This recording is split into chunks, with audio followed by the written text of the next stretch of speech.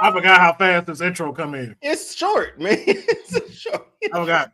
I thought at least had 15 minutes, 15 seconds. Listen, I had a good extra 15. Oh my God. Well, ladies and gentlemen, hey, listen. I love it. We are the opposite of kayfabe. We showing y'all all the back behind the scenes stuff. Listen, I had shoots. I didn't really get a chance to eat. And you just can't let, like, I don't know what this is. Is it I don't know ramen? if it's pho or ramen or what. It's from a Taiwanese place, so it got like beef shank in it, broth, noodles, and whatnot. But also I'm hungry, so yeah. But I won't eat it during the. It looks fantastic. Eat. Thank you. Which is why I don't want it to go cold, because you know we about to get into a show. I'm gonna figure this out. But welcome to another episode of the Kayfabe Podcast. Of course, your host, the councilman, which I'll say in my regular name, the councilman, wrestling with Honey, the people's nightmare. And then we have a special guest today, the AEW correspondent over at WWT, the PR princess herself, the hummingbird of AEW. Miss Courtney Rice is joining us today. And of course, for special reason, because we got AEW's Dynasty happening this Sunday. Yay. It's gonna be great. Y'all can see my enthusiasm. Well, as that are viewing it. Because please believe, we would not have addressed this if Courtney was not on. But if you watch WWT, that we did not have a show Friday, and normally when we have PLEs come out, we give our predictions, and so it wasn't fair that Courtney did not get a chance to give her prediction, especially for AEW Dynasty, because it does seem like a very stacked card.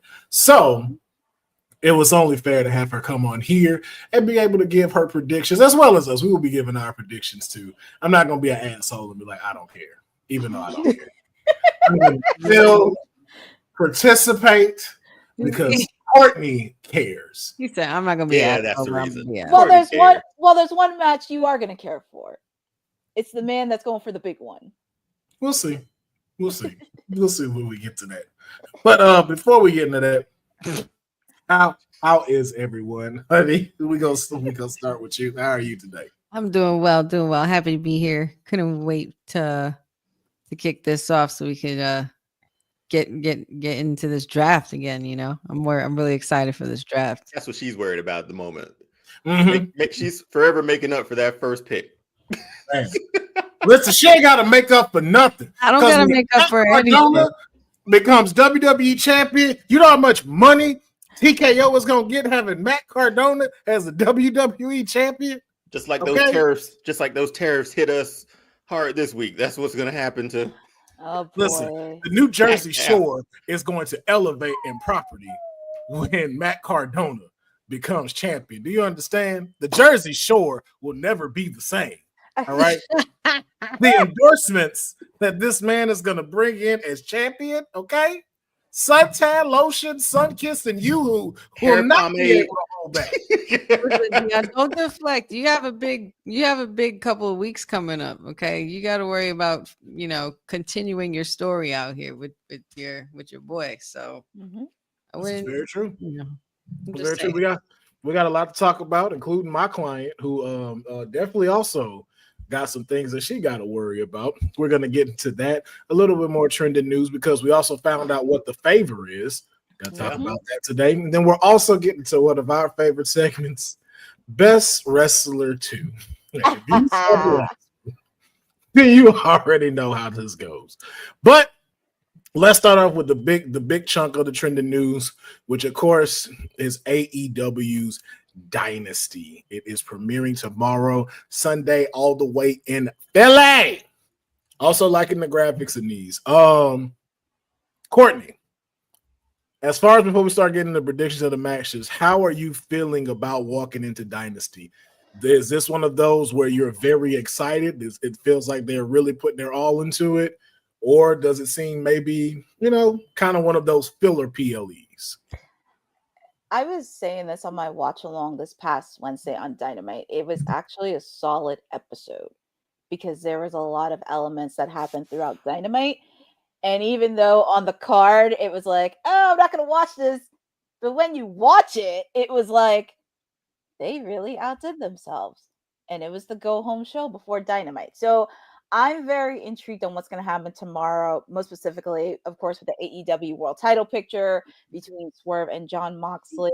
Of course, my client has a big match tomorrow. Yeah. The timeless one, Toni Storm. She's got a big match tomorrow against Megan Bayne. This is going to be one of her toughest challenge.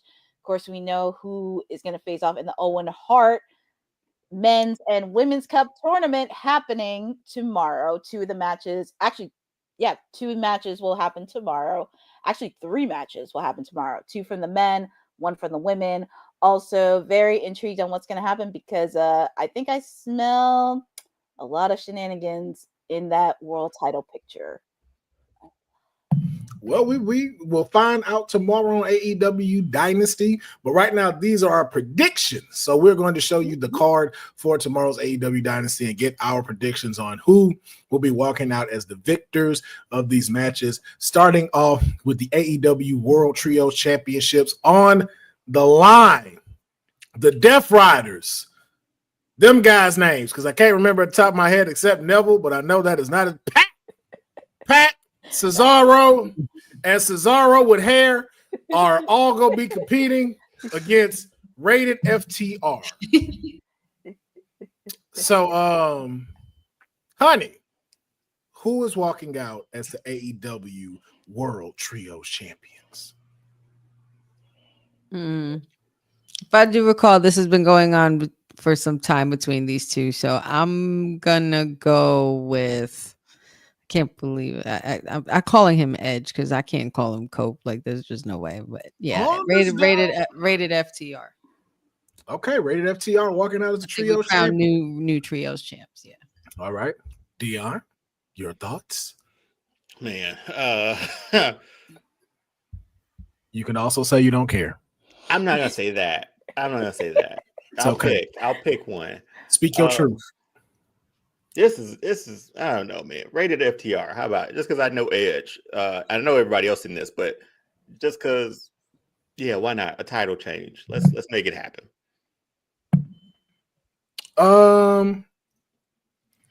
Courtney, has Edge won a title yet? Since joining AEW. Yes, since joining AEW. TNT champion. He's won. Oh, I'm going with Death Riders. I'm going with Death Riders then. Death Riders. Keep it since he doesn't need it. Is what you're saying? No, I mean he could use it. I don't know their names and I felt bad. So yeah, they'll win. That's my pick. Is this a safe place? Is this a safe space? This is a safe space, sir. Yes, it is. Man, looking at Edge like this, man, like I'm not feeling it. I ain't feeling it, man. Like it just. I'll be honest. Edge looking like Mark Briscoe more and more each day. It's just if he missing teeth, am I lying? You swear they related. He doesn't look as I don't know. There's a different look. Obviously, AEW, WWE have different feels to it, different niche audiences. We get that, but Edge just feels different and not in a good way. Yeah. And that's what's hurting me when I see him in AEW or see him like this. I'm like, man, like Cena's on his last run right now. How dope would it have been to see a Cena Edge match this year? And Cena's the heel this time. Right. Like, it's just what could have been. And I don't know what. Yeah, it's just time at AEW, man. He didn't bring me with him over there. And when I saw him over there, I was like, you don't need to be here. Nah. So, a question. Courtney, does FTR still go? Like, are they still that tag team or has? Well, they can, but apparently there's been a lot of issues with them in the last couple of weeks because apparently on Collision last week, Dax was hot-headed as he is, touched the referee, he shoved his tag team partner, and then when I'm not going to call him Cope. I'm still going to call him Edge, Adam Copeland. Them and FTR, they sat with Tony Schiavone, and apparently they still got issues to figure out. So I am only going to pick the Death Riders to retain only because I said this a couple months ago on my watch along that FTR is going to turn heel, and it's already there. It looks like the writing is on the wall, and especially what Dax did. So there's a lot that could happen, especially if they lose. I could see FTR turning heel. All right. Shout out to everybody that is also in the chat. Boza is saying that he's and new. I guess he's going with rated FTR. Shout out to you. Jesse Price also joining in. Benjamin Benta. I'm not gonna say that last name and get us canceled, but yeah. So let's go ahead and move into the second match.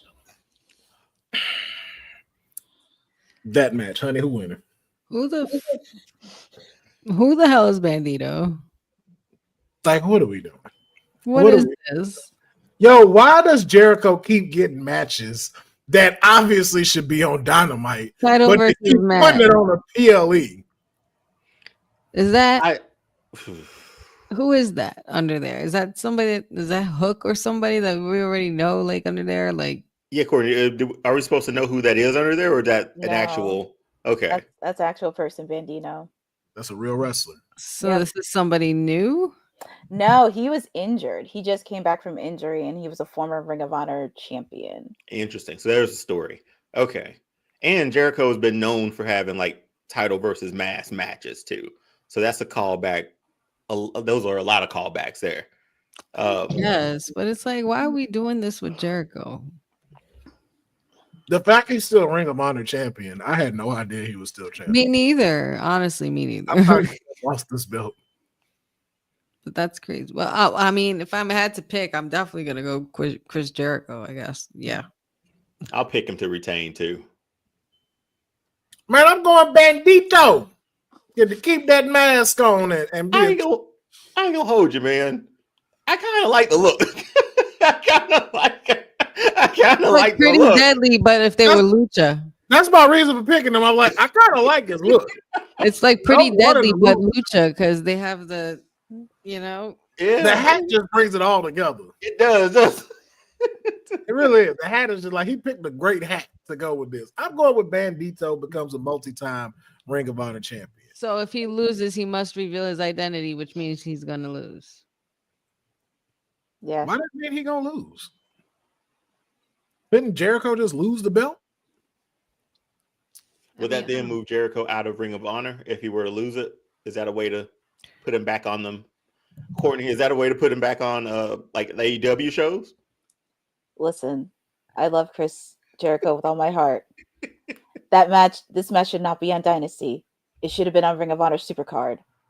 I love you, but this should have not been on Dynasty. You should have put that on here. And as much as I would love Bandito to win, I am going with Chris Jericho to retain. Damn, y'all gonna make that man show his identity? What happened? Y'all must don't watch superhero movies. That's crazy.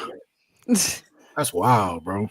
And you got Batman symbol in the back of your stuff. You gonna do that? Damn. That's cold work. That's cold work, man. Well, we gonna find out tomorrow. Next match. The AEW World Tag Team titles are on the line. Big Bill, Brian Keith will be taking on the champions, the Hurt Syndicate. And still, Shelton Benjamin. Honey says they're going to still walk out. Deonne, your thoughts? Same for me. I don't mind. I wouldn't mind seeing this one. To be honest with you, because Brian Keith was over in Ring of Honor, Reality of Wrestling for a while, right? Big Bill, man. He's come a long way, man. Come a long way. But I'll pick the Hurt Syndicate to still take this. They're building. It's going to be a good match. Yeah, I think this one might be a pretty good one. Yep. Never bet against the blacks. The Hurt Syndicate. I only said that because I heard somebody say that yesterday at the convenience store. I thought it was the funny shit I ever heard because they said it so smoothly. It was like, oh, I see you got a big spot. He said, yeah, one big on Price Picks. And I was like, oh, good. He said, yeah, never bet against the blacks. Oh my God.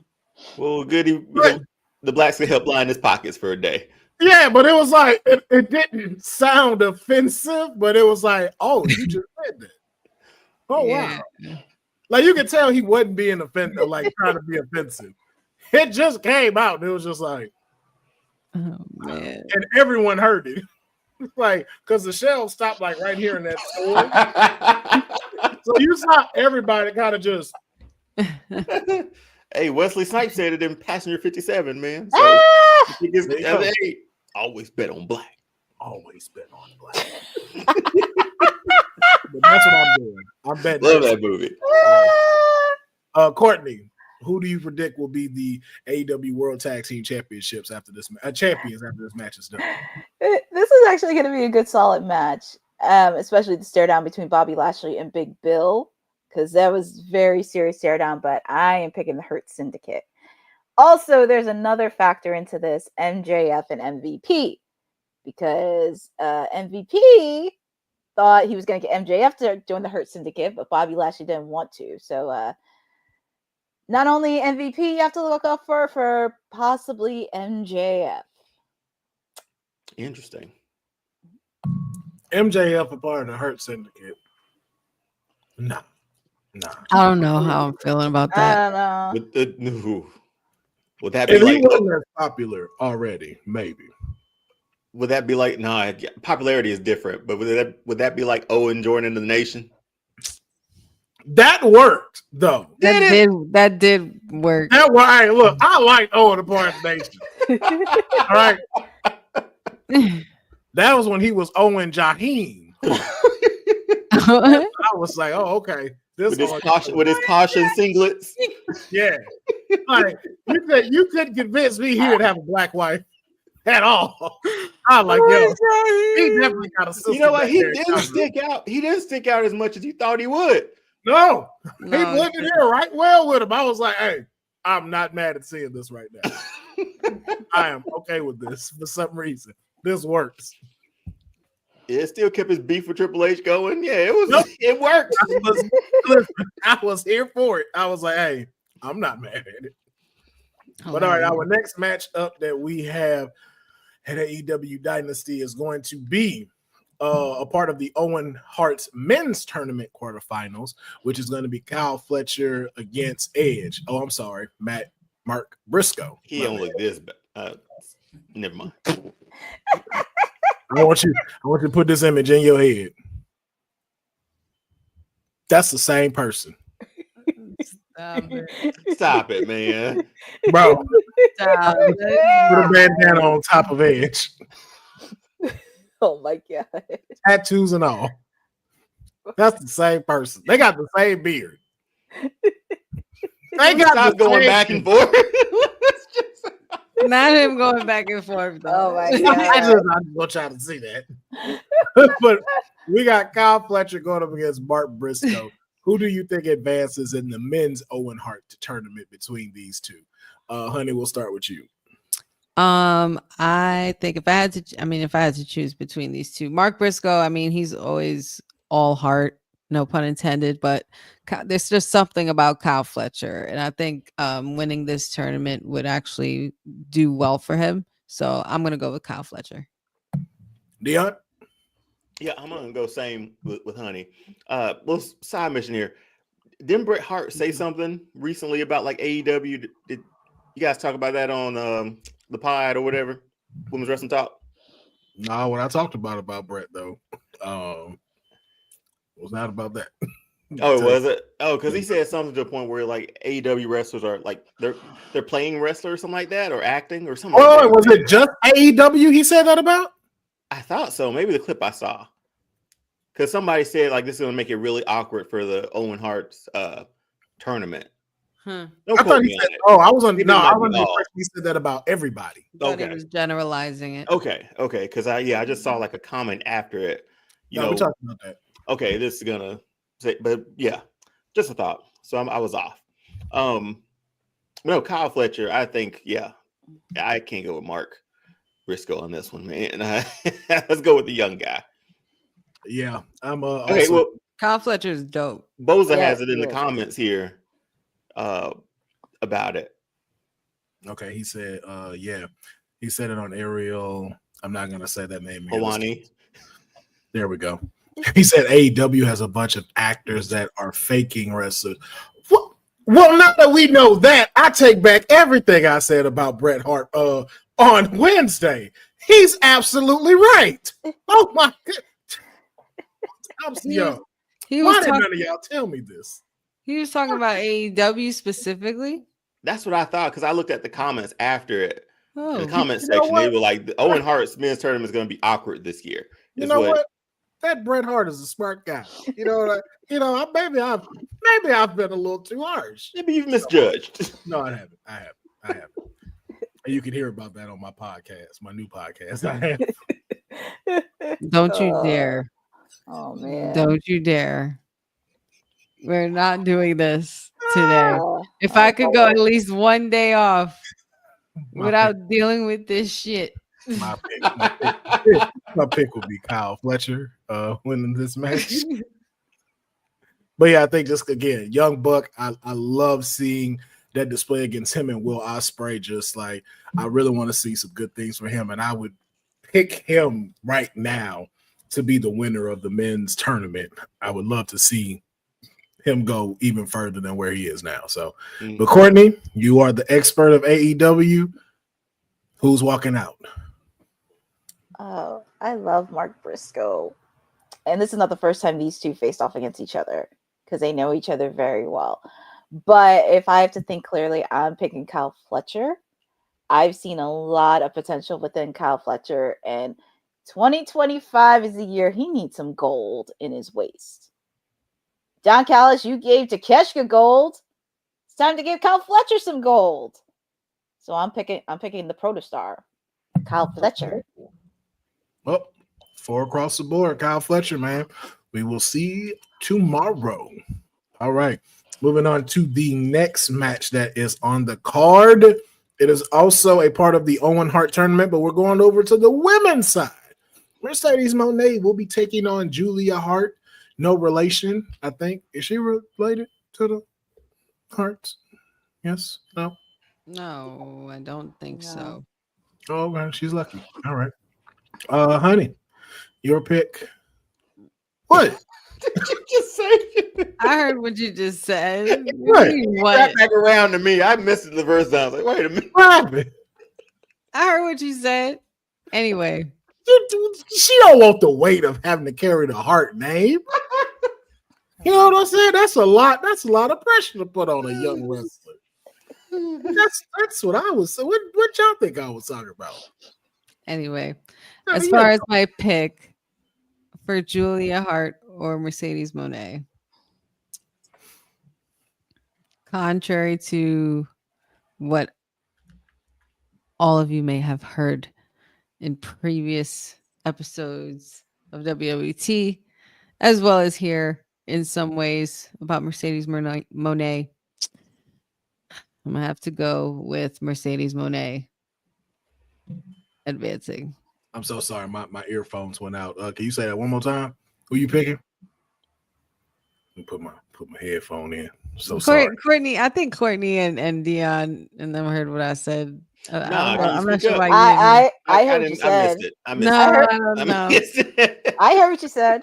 No, I said what I said. I should put my headphone in so that way, we wouldn't have no feedback going. My bad. I just for the audio folks, just to know, like, who'd you pick? Oh my goodness. I picked Mercedes Moné to win and be Julia Hart. Okay, got you. Deonne? I don't see like Mercedes losing this. Maybe Courtney will shed some light on it, but I don't think she'll lose this match. So I'm gonna go with Mercedes on this one. Courtney, has she lost any match since signing the AEW? No, she hasn't lost a match. Oh yeah, Mercedes Moné winning. Mercedes Moné winning. Yeah. Interesting. This ain't the one where she finna take that L. This definitely ain't the one. But Courtney. It's very interesting because when me and Honey were at Queen of the Ring, I actually interviewed Julia Hart. Yes, And did. she mentioned about this because she's never faced off against Mercedes Moné. So this is an opportunity for her to go one-on-one. And if I were Mercedes, I would not take Julia Hart very lightly because she is a former TBS champion. And she is still young. She's in her early 20s. So I would not underestimate her. But as much as I would love to see Julia Hart advance, I do have to go with Mercedes only because there is somebody waiting for her. And it's not my client, Toni Storm. I'm talking about the other person, Athena. The forever champion. Not the hand-me-down the champion. Okay. Well, all right. Okay. All right. We got another men's quarterfinals match at Dynasty. Will Ospreay takes on Kevin Knight. So are we crowning the winner at this? On Sunday? Maybe. No, they just started the tournament. They're doing the finals at Double or Nothing. Okay, gotcha. Okay. All right. Honey, your pick. I never bet against Will Ospreay. All right. Deonne? I'm gonna go on the other side of this one. I'm gonna go different. Oh, Kevin Knight. Let's see him pull this out. Well, I'm actually trying to not make a not too smart decision like that, and I'm gonna go Will Ospreay because not because of the guy. I just don't like his name. You don't look like a Kevin Knight whatsoever. You say Don't like it. I don't like it. Out of all the names you could have picked, you're gonna go Kevin Knight. Word. Okay. Kevin Knight. No. Oh, man. Out of all the names, like you could have made up anything. All right. You did better being Pete Jones. I'd have been like, hey, Pete Jones gonna walk out this thing. Kevin Knight sounds like somebody who is a lawyer for car crash insurance. Ambulance chase. Yeah. Have you been in a car wreck and you need to be represented? Call Kevin Knight, the smart attorney. Damn, when you say it like that.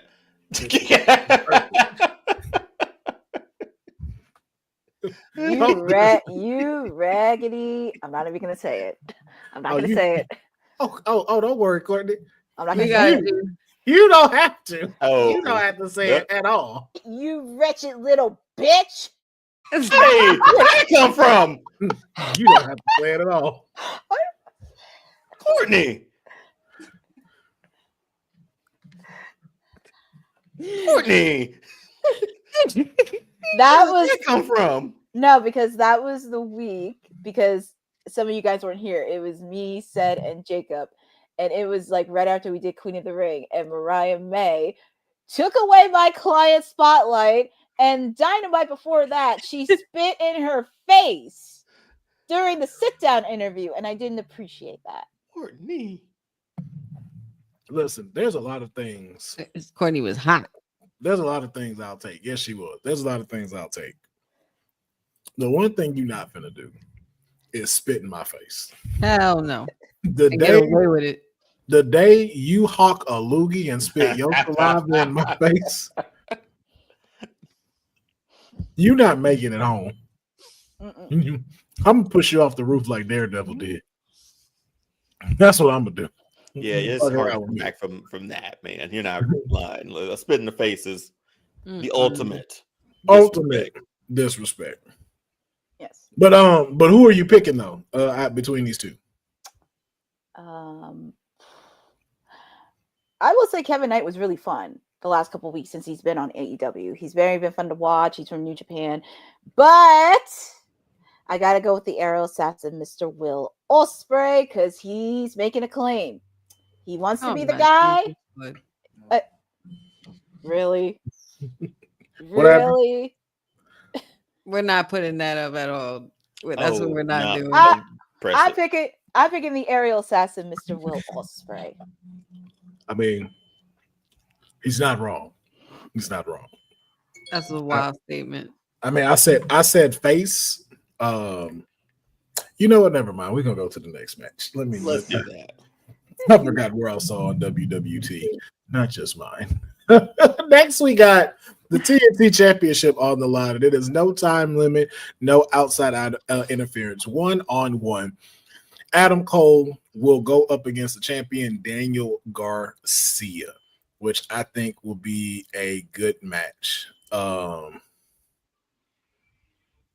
Honey, who's walking away? The TNT champion. And new. Baby. Let's get our boy some gold.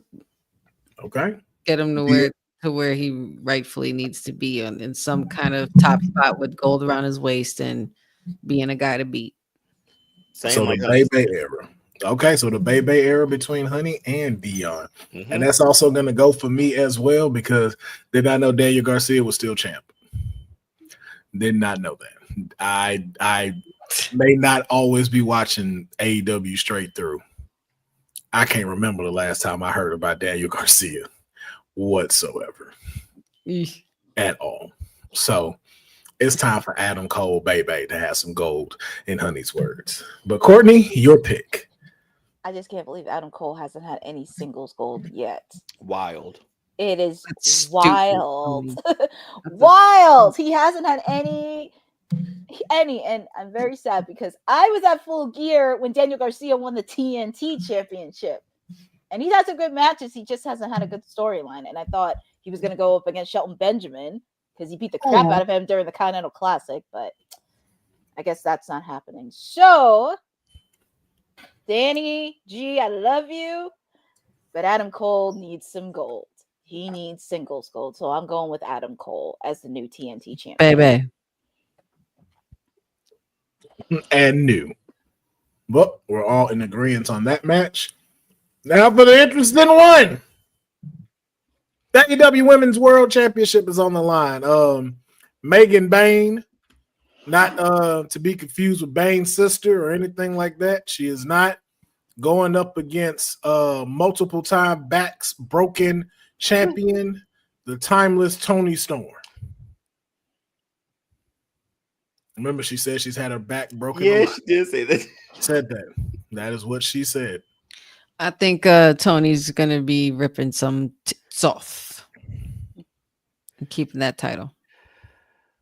Deonne?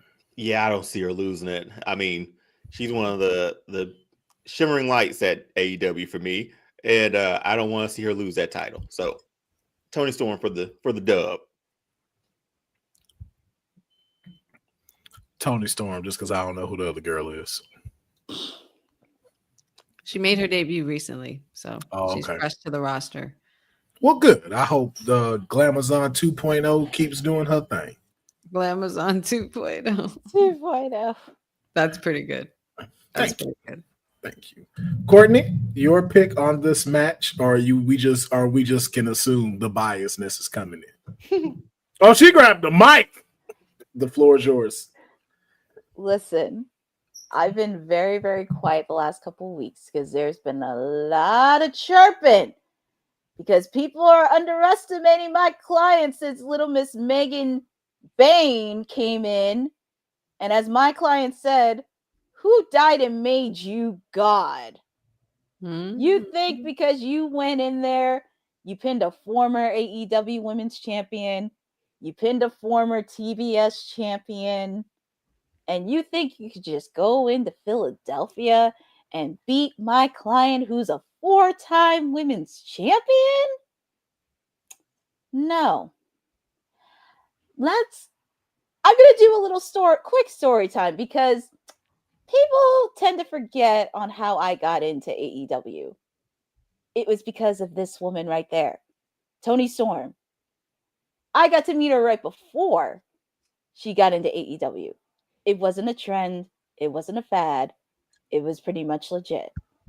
And she's going all the way because she has one monster to slay. She has another elephant she has to slay too. So I'm picking my client, the timeless one, to retain Because she, like I said, she's got an elephant she has to slay. And that elephant has 4 belts. Courtney basically said, Hey, sit the fuck down, Funaki! Well, need we say more on that match? We gonna see what's gonna happen tomorrow. Next up, sweet Jesus. How many matches are on this card for tomorrow? Woo! 17. Like, how many more we gotta pick? Good grief. All right, all these damn matches. Half an hour in. Yeah, I'm like, fuck. Show damn near over now. We ain't gonna get to do nothing else. Going through all the damn dynasty. Like, and this just the first half. We still got 18 more to go. Like, man.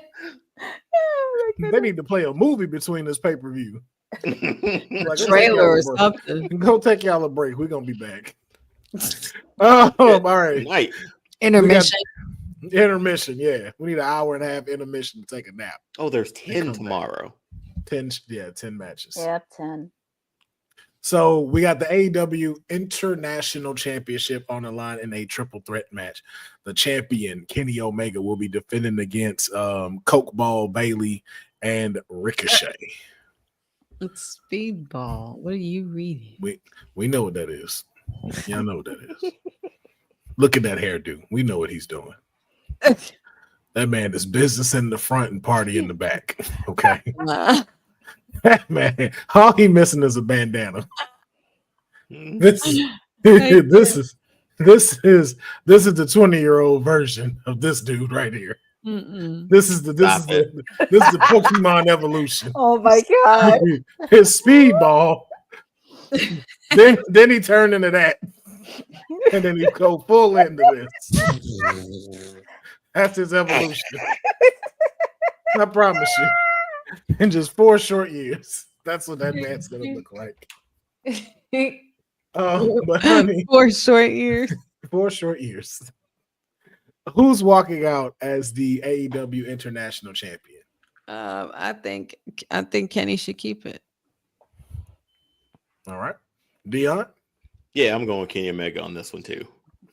I'm going with Kenny, but Speedball got to take the pin. I cannot see Ricochet taking another loss. Speedball has to take the pin for me. What's his name? Speedball Mike Bailey. Yeah, Speedball. Coke Ball. Coke Ball Bailey. That don't sound way better though. Coke Ball Bailey. You see, you start hearing it like, yo, that's a champion right there. Coke Ball Bailey. You got to say it fast though. You got to say it fast, otherwise it don't work. I can't. Who's on the card tonight? Coke Ball Bailey. We're like, put him up. Put him up. Please. All right, Courtney, your pick. No, this is actually I do have a story behind this because this is really hilarious with Speedball Mike Bailey. Because when I did commentary for Bell to Bell back in January, I actually did commentary with his wife, which is crazy. So she's gonna be excited for tomorrow. But he has been fun to watch, but I gotta go with Kenny. If they want to do Kenny and Okada at All In, he still has to be the champ. So I'm picking Kenny Omega. So that was Coke Ball Misses. Gotcha. Glad you got to meet Coke Ball Misses. I think we got 2 more matches. No, I think 1 more. The main event. AEW World Championship is on the line. Will the belt be there? Who knows? It is Swerve Strickland going up against the champ, John Moxley, and his diabolical V-neck t-shirt. Honey, who is walking out of AEW Dynasty as the world champion? Give him his belt back. I swear with the AEW championship. Okay. Deonne? Please let it be Swerve. Moxley has been so done. Yeah, it's about time we look at that Shield debate again. But other yes, his whole crew, his tough guy persona that he acts like it's the worst. Just move The on. Death Riders. So let's go with Swerve Strickland to end that for sure. Y'all don't want the Death Riders to reign? Nope. God, what I've seen has been a snooze fest, man. And it's not wrong. It's not wrong. Again, It's not what I thought it would be. Yeah. Swerve, man. I want to see my guy back with his belt. Please. It's only right. I need whose house, and he can't be saying that if he ain't got the belt. Yeah, I mean he can still be saying it, but it sounds better when he has the belt. Courtney, on your expertise, who's walking out as the champion? I was talking a lot about this on my watch along for Wednesday because all hell is going to break loose for this match. I would not be shocked if Willow came out to beat up Marina Shafir. Do not be shocked with the Death Riders. All hell is going to break loose. And I think Swerve is going to get some unexpected help, but it's not who you think it is. It's not against Darby because he's at Mount Everest right now, but it's going to be somebody that you probably would not think would help Swerve. So I would like Swerve to be champion. I would love for him to be champion because Double or Nothing, Anarchy in the Arena, yeah, it's going to involve the Death Riders and finally a cohesive unit that can take down the Death Riders once and for all. Well, there y'all have it, ladies and gentlemen. That is our predictions for AEW Dynasty. Make sure you tune in tomorrow, April 6th, at whatever time this is going to show, because I don't know when it's going to show, but most likely the afternoon. Courtney, can we expect a watch along? Breaking news, you're not going to get a watch along tomorrow because I will be there in person at Dynasty. She ain't no real fan. She'd have done both.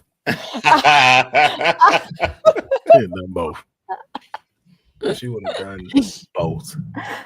But I'm glad you get a chance to experience it all live. Hopefully we'll get to talk about it on Monday on WWT Live. Bless you. Bless you. So that's how you know it's true. Thank you. Bless you. Sorry. Whew, shit. But all right, let's get into some more trending news. I know y'all been waiting for it. Dun dun dun. So let's talk about it. SmackDown, the island of relevancy, where our tribal chief reigns supreme. Now, I know what y'all think we're going to talk about first. We're going to wait on that. We're going to wait on that just a little bit. I want to talk about this first.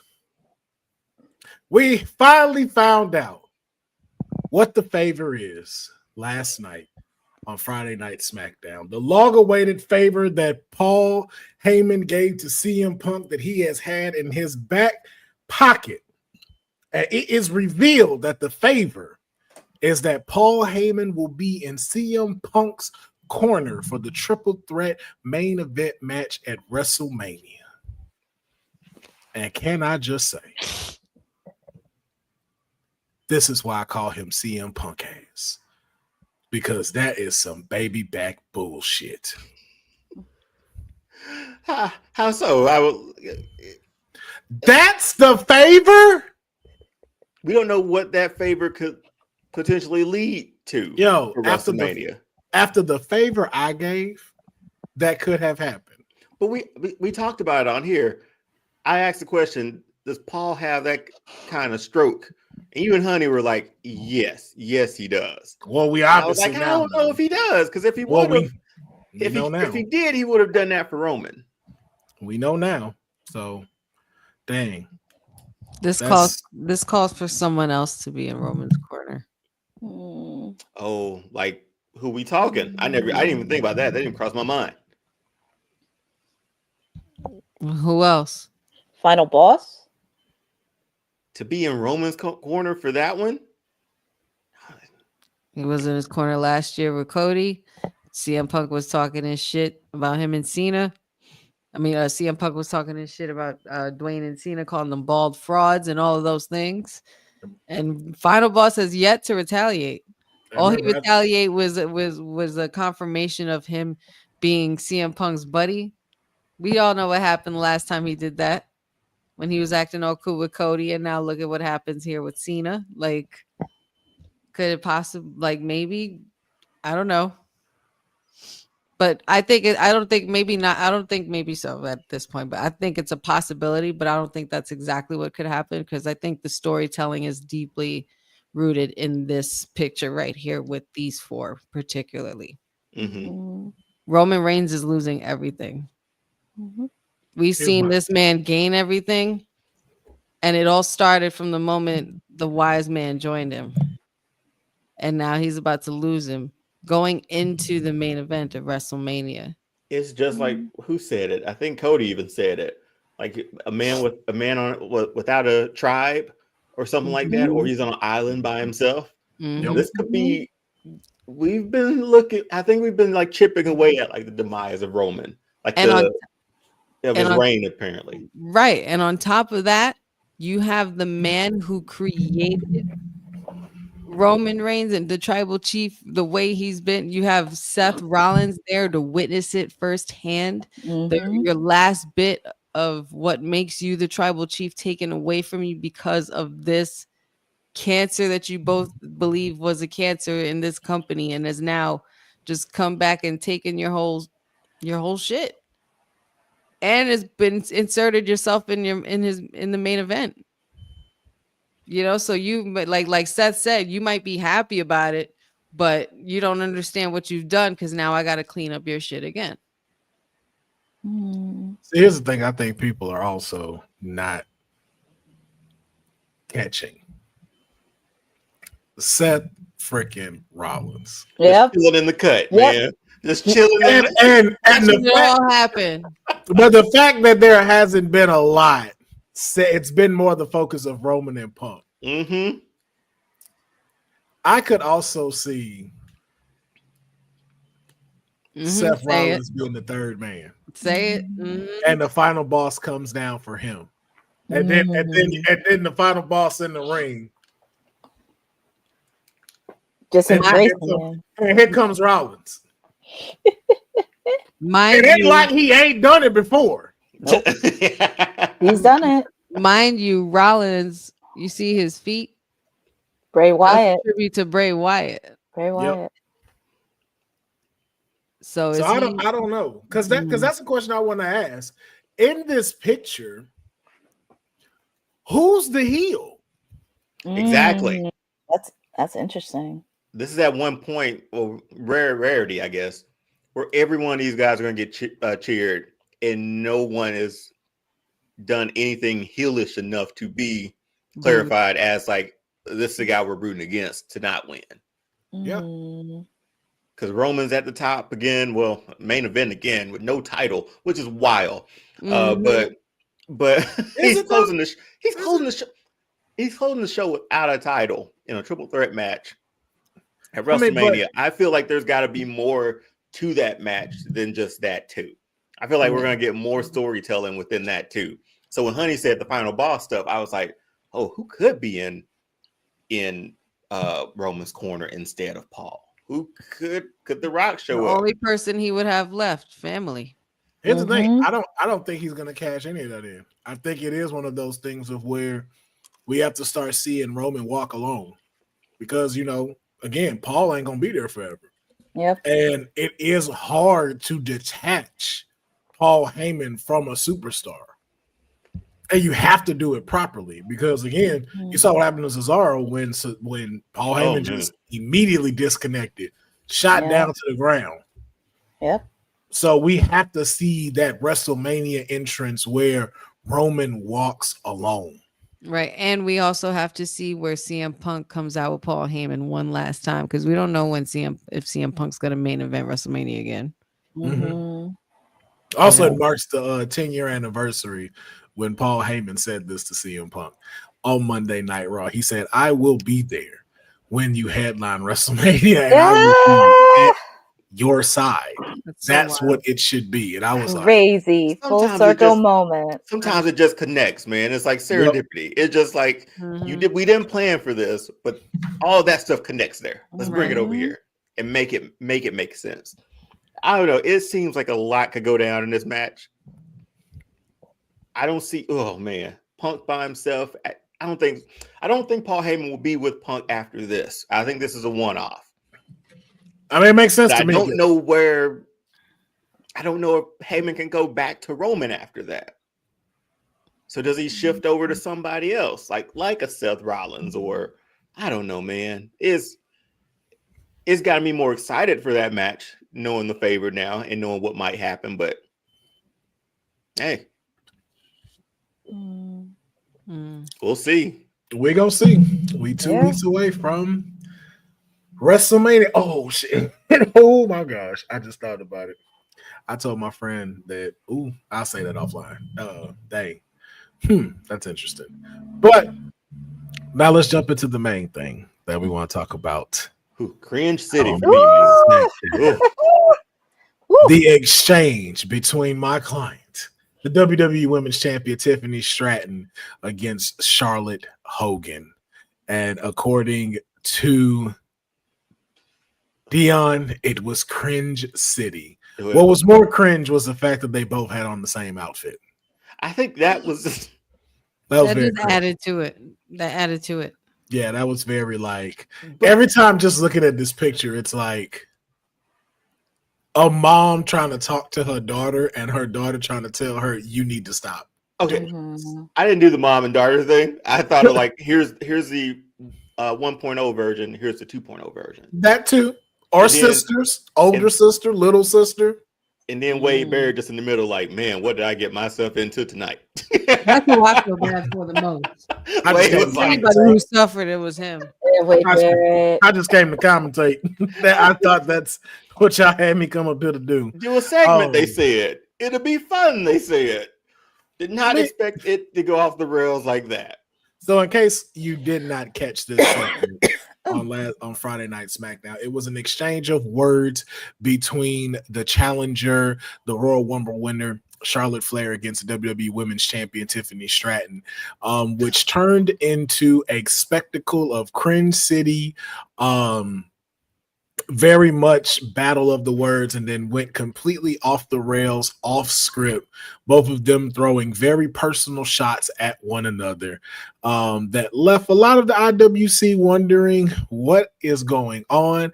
Did this bring a little bit more interest to the match, or did it just make it decrease a little bit? Did it make you feel bad about it? Well, we're going to talk about it here on the Kayfabe Podcast. So I'm going to start with Courtney first because I know Honey is just ready. Yeah, she's been waiting for this one. Let's get us out of the way. Yeah. So, Courtney, just quickly, your initial thoughts on the promo last night. It was very cringy between both of them, because when I watched that whole thing, I was just like, you guys are fighting for the women's title. And also, Tiffany took a shot at Charlotte's divorce, 0-3, and I was like, I think we have heard that before, and especially mentioning you brought up her father, and especially with the fact Charlotte was on Sherry Shepherd this past week talking about her divorce with Andrade. It was just and then with Charlotte, it was very weird where she brought up Ludwig, and I'm like, why you gotta bring Ludwig into the conversation? Just leave him in the back. Just my man in catering, just enjoying his night. Yeah, just leave him in the back, because this is between you ladies. This is between WrestleMania. But woo, and even I said this in the chat. I mean, no offense, and this is not a shot against both of them, but some of the ladies in AEW, and I can't believe I'm going to say this, Mercedes Moné could put out a better promo than Charlotte did last night. And I've been critical of Mercedes the last couple of months when I watched it, and I was like, okay. And I thought at least somebody was going to punch someone in the face, because we thought we see mayhem between two, but I thought somebody was going to take the sucker punch. Deonne? It was a long 7 minutes, man. That's the longest 7 minutes I've ever seen it. And for Charlotte to have been in the game so long, man, it's just obviously outside looking in as a fan. It looks like she would have been way more polished to handle something like this, especially with the younger talent.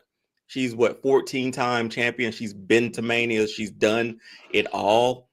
And you're not you're not helping, and it's not your responsibility. I get it, but you're not helping like the next generation of like women wrestlers who are coming up behind you. This is a perfect opportunity to stamp Tiffany with the seal of approval, and it looks like you're not.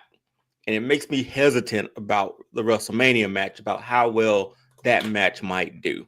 If the reports are right that they went off script, that's Charlotte being the professional or being the veteran. Come on, man, you gotta do better than that. And for them to all get personal and everything, just to shoot at each other like that, it was cringy, man, because you felt it go off the rails. Like you felt that train bump and then just move off of it. Does it make me look forward to their WrestleMania match? Not really, because I'm like, I don't know what we're gonna get. Could it be a Shawn Michaels Hulk Hogan situation where it's a bump city, just overly bumping for him or not selling for, or I don't know. It makes me very hesitant that Charlotte will do business the correct way.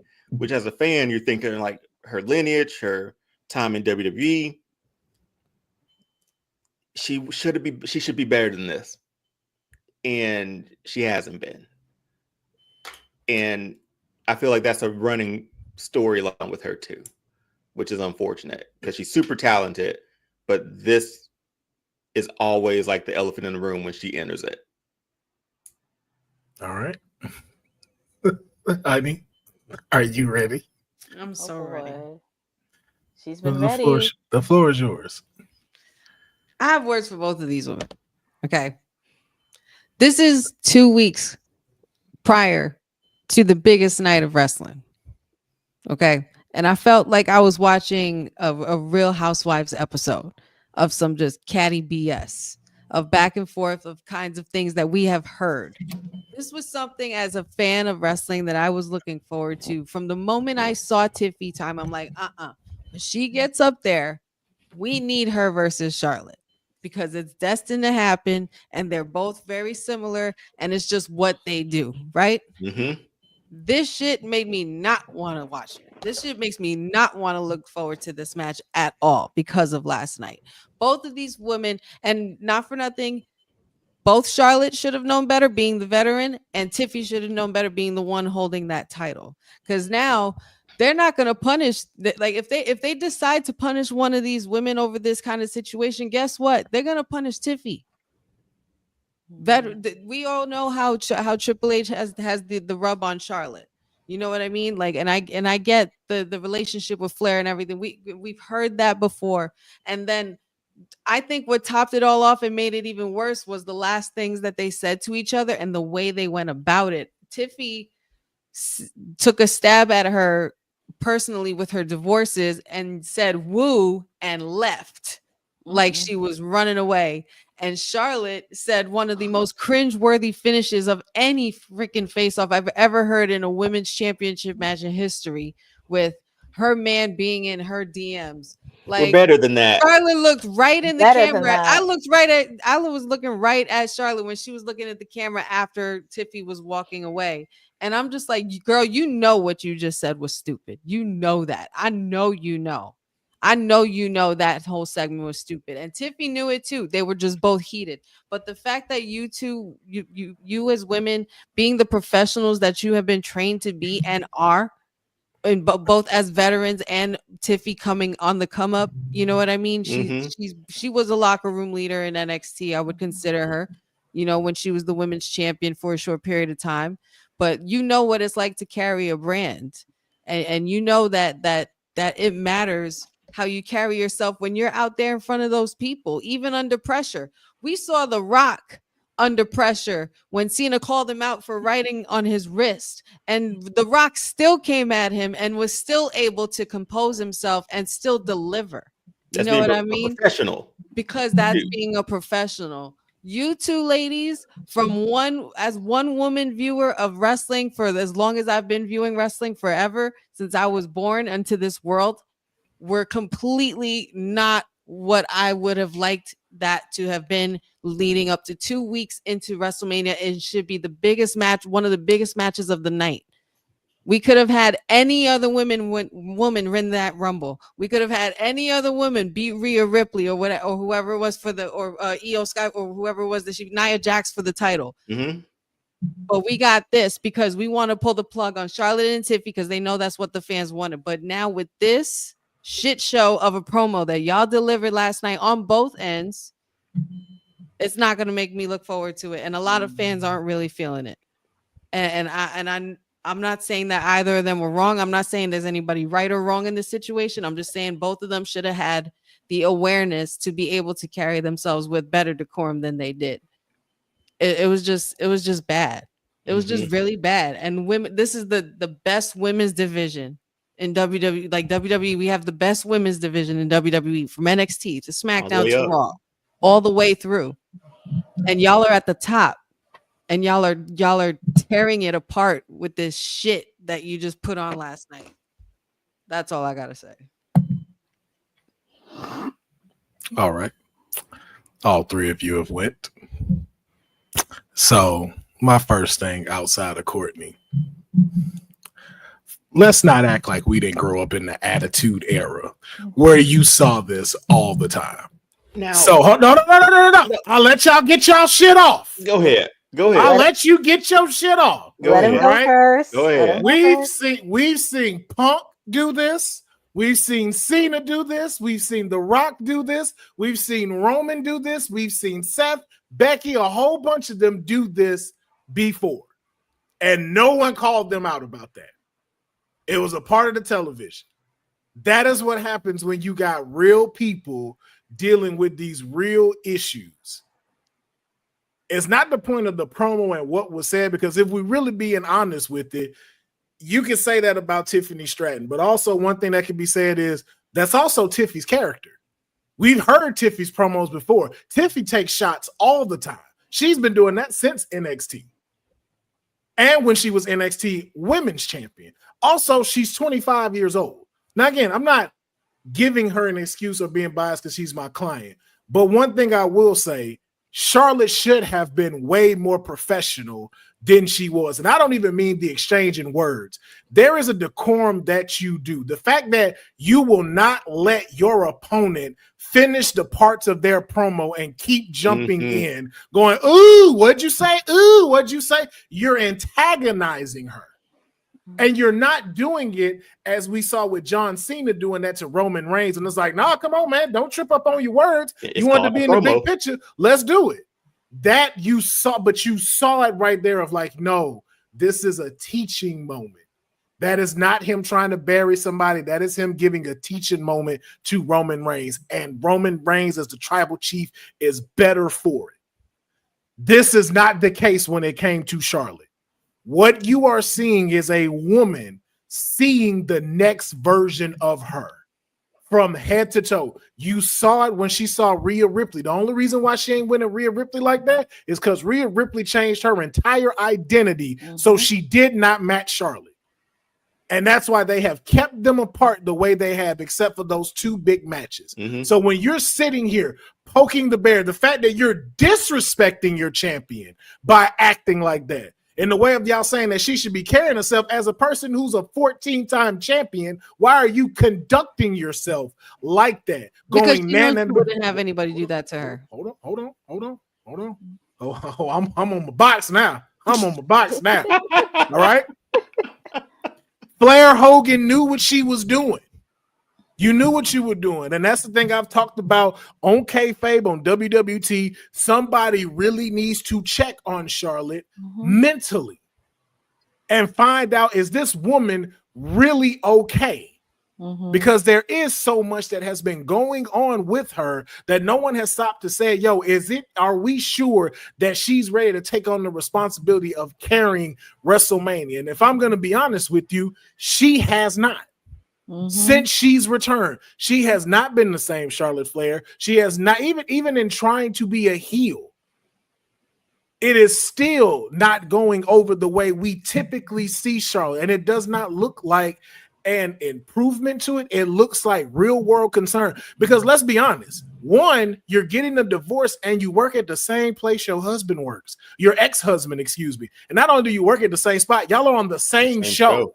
Same brand, yeah. So you already have to deal with that. You have to deal with the fact that this is your third divorce. You also have to deal with the fact we now live outside the kayfabe portal where these type of shots can happen and you're antagonizing them shots.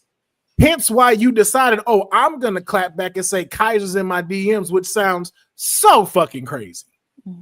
But this lets me know, like, yo, there's something mentally going on with Charlotte. Not to mention even going back to maybe the physical capabilities. Do you still have it?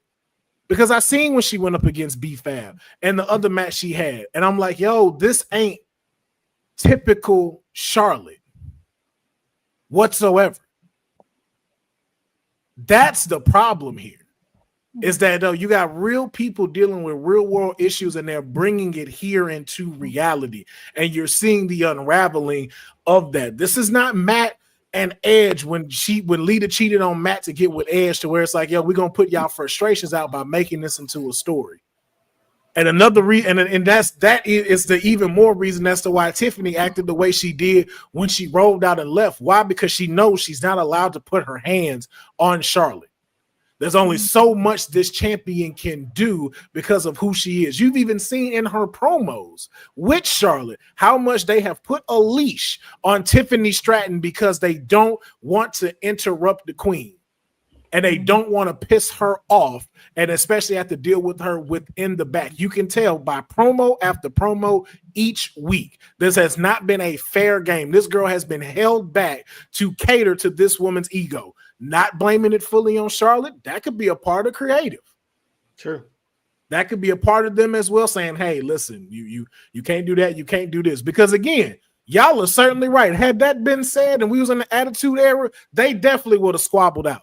They would have went fighting after she said, what are you, 0-3 in your marriages? A slap or something would occur. But again, we saw as her rolling out, she's not allowed to put her hands on her. She's not allowed to touch her. Because if she did, guess what? Just like y'all said, she going to lose that belt at Mania. So what we're seeing is a bad situation for both of these women. You got a person who is a veteran, who is unprepared for WrestleMania. And the problem is that you are supposed to be the one that is supposed to be carrying this match and elevating this champion, and you're not doing it. It's like, you know the assignment, but I'm going to make it so difficult for her to do it because I don't want to see it happen. And that's the sad part about this, because you should be making her into a star so y'all can make this match something incredible, and you're not doing it. And that makes me question the mental stability right now of Charlotte Flair. That makes me just remember back to Becky versus Tiffany. Like that whole run, that NXT run, and their matches, their build, very different than this. Like, in given Becky's stature in wrestling or in the company at that time too, the shots they went back and forth with were, I remember those promos. Those were really good promos they had, and really good matches they had between each other. And very the same to what this was. It just was not. But again, Becky knew how to make this look good. Even when Tiffany lost the matches, you still looked at Tiffany as she, like, yo, like she really put her over because she knew, I'm the veteran. We have to make this into something special. I'm going to give you this leeway. Hey, talk about me. Throw in my husband. Like, look, I'm okay to a certain extent. But I can tell these two do not interact with one another behind the scenes. These two do not come and talk to one another like, hey, how are we going to make this go? How are we going to make this go? How are we going to make this work? Who's that on, though? I think that's on creative. I think that's behind the scenes. Again, that's why I say, and I'm not finna put that on these women. I'm not finna be that person. I think it does have to do with the board members. I think it has to do with creative, and it has to do with them. Very messy. No, it's not. And the thing is, I don't even want to call it messy. I want to say it's catering to people's egos, because again, we've had this conversation when it comes to why the women's division works in NXT and why for some reason it's not delivering on Raw and SmackDown. On NXT, nobody can have an ego. You're all developmental. So you all get to have fun. There is no, I should be on this part. I should be at this card. You don't get to say none of that. You're just proud if you get to be put on television and you're now becoming a hot ticket, as opposed to Raw and SmackDown. And again, I'm not saying they have egos or anything, but you're dealing with dollar amounts, folks like CM Punk, folks like John Cena, who you know are getting 18 minutes to talk whenever they feel like it, and you got to find your way to work yourself in. I think because of who Charlotte is, because of Charlotte's name, because of who her father is, folks are still going to treat her a certain type of way back there and go, hey, you know what? Listen, we don't want to rock the boat. No pun intended to Natalia. We don't want to rock the boat or anything like that. We want to make sure that, hey, this is how we're going to maneuver this. And when that happens, you start to neglect the other sides of these stories trying to protect her. And that's what I'm seeing is the biggest problem. It's like, yo, we're in a transition of the 4 horsewomen moving from 12 o'clock, which is the prime, which is in their prime, and now they're at 2 p.m. This is where you're the ring veterans. This is where you're the leaders of the locker room. You're not the main show anymore all the time. You're not going to be the one that's going to close out the PLE. You're not the one that's going to always be going for the heavyweight championship. This is now time for you to build the next generation and going into the next era. And unfortunately, and as much as we talk shit on here about Mercedes Moné, we are at least seeing that whoever Moné wrestles, those people always come out better who have that fire and deserves to be in this thing, because Chris Statlander excelled wonders after she wrestled Mercedes Moné. But you can see, like, just within WWE, that's very similar to a lot of women's wrestlers. Well, the veterans there, Bayley. Bayley, come on, she had her mania last year, but look at Bayley now. How many years did she put people over before she got that moment? Yeah, Dakota Kai, Io Sky, all of them who were sitting in the back of catering, not getting put on anything. She took all of them, and Io Sky is the women's world champion. She did that. But you got that one that's always going to be the fabulous Moolah.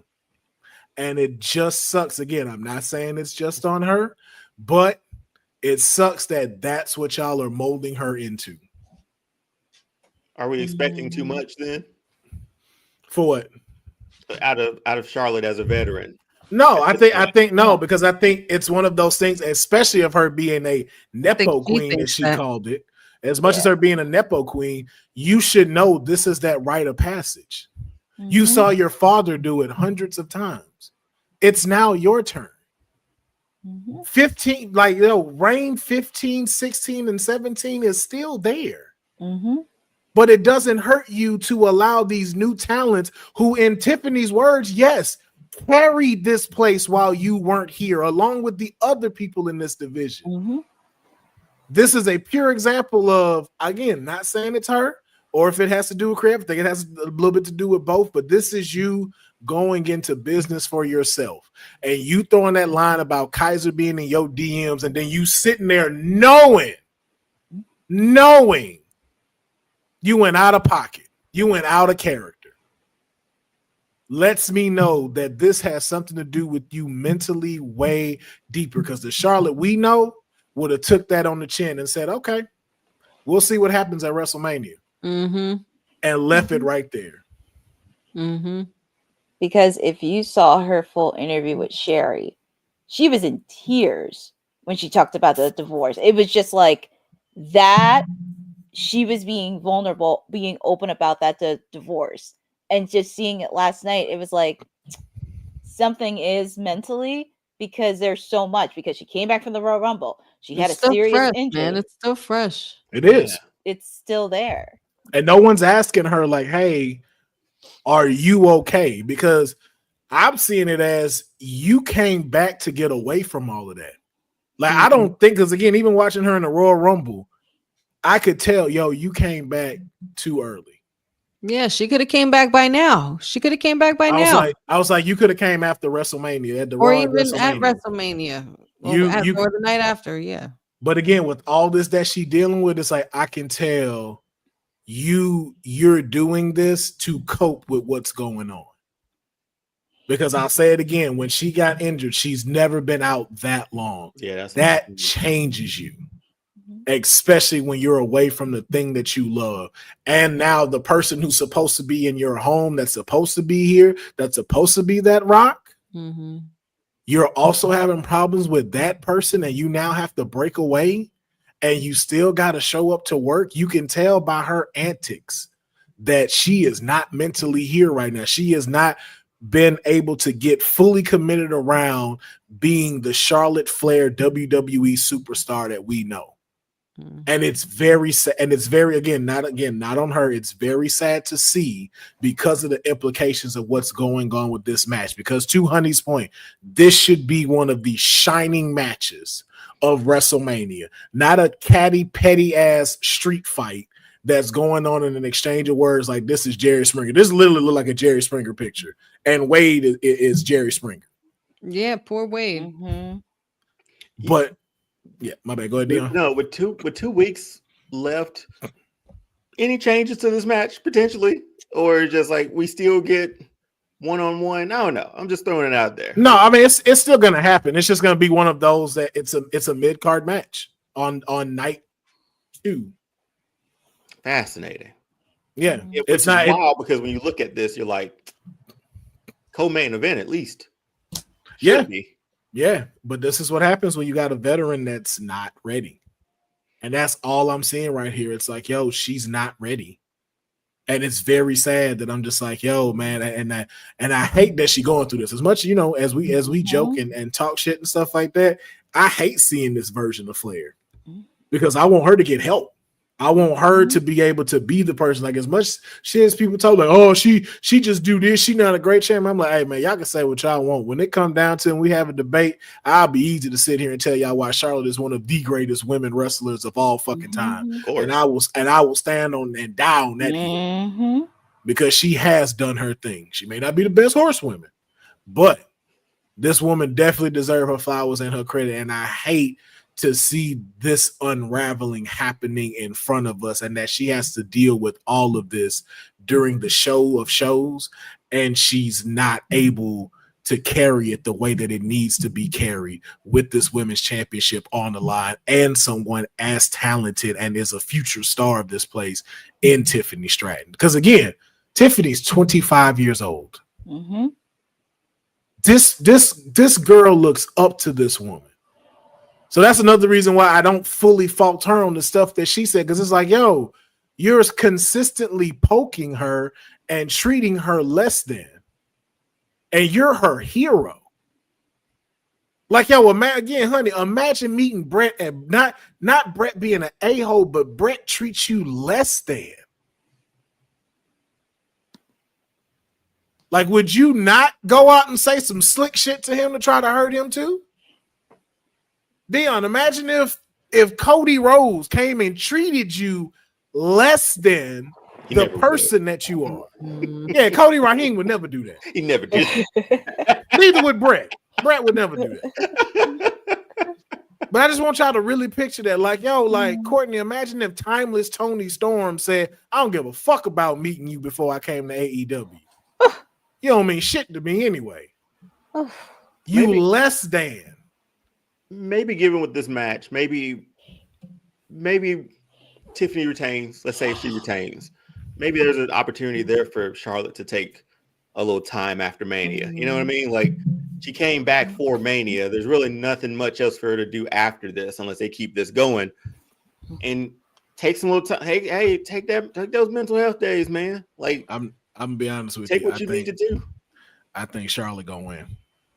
I think Charlotte's gonna win. I think it's a possibility. Because here's my thing: Charlotte goes Super Saiyan at WrestleMania. Just think about Charlotte's last match. Charlotte's last WrestleMania match was against Rhea Ripley in Los Angeles. Do you remember that match? That was favorite match. And remember, this is that same one that they said was Charlotte 2.0. Look how long it took for them to get there for her to get Rhea to go over.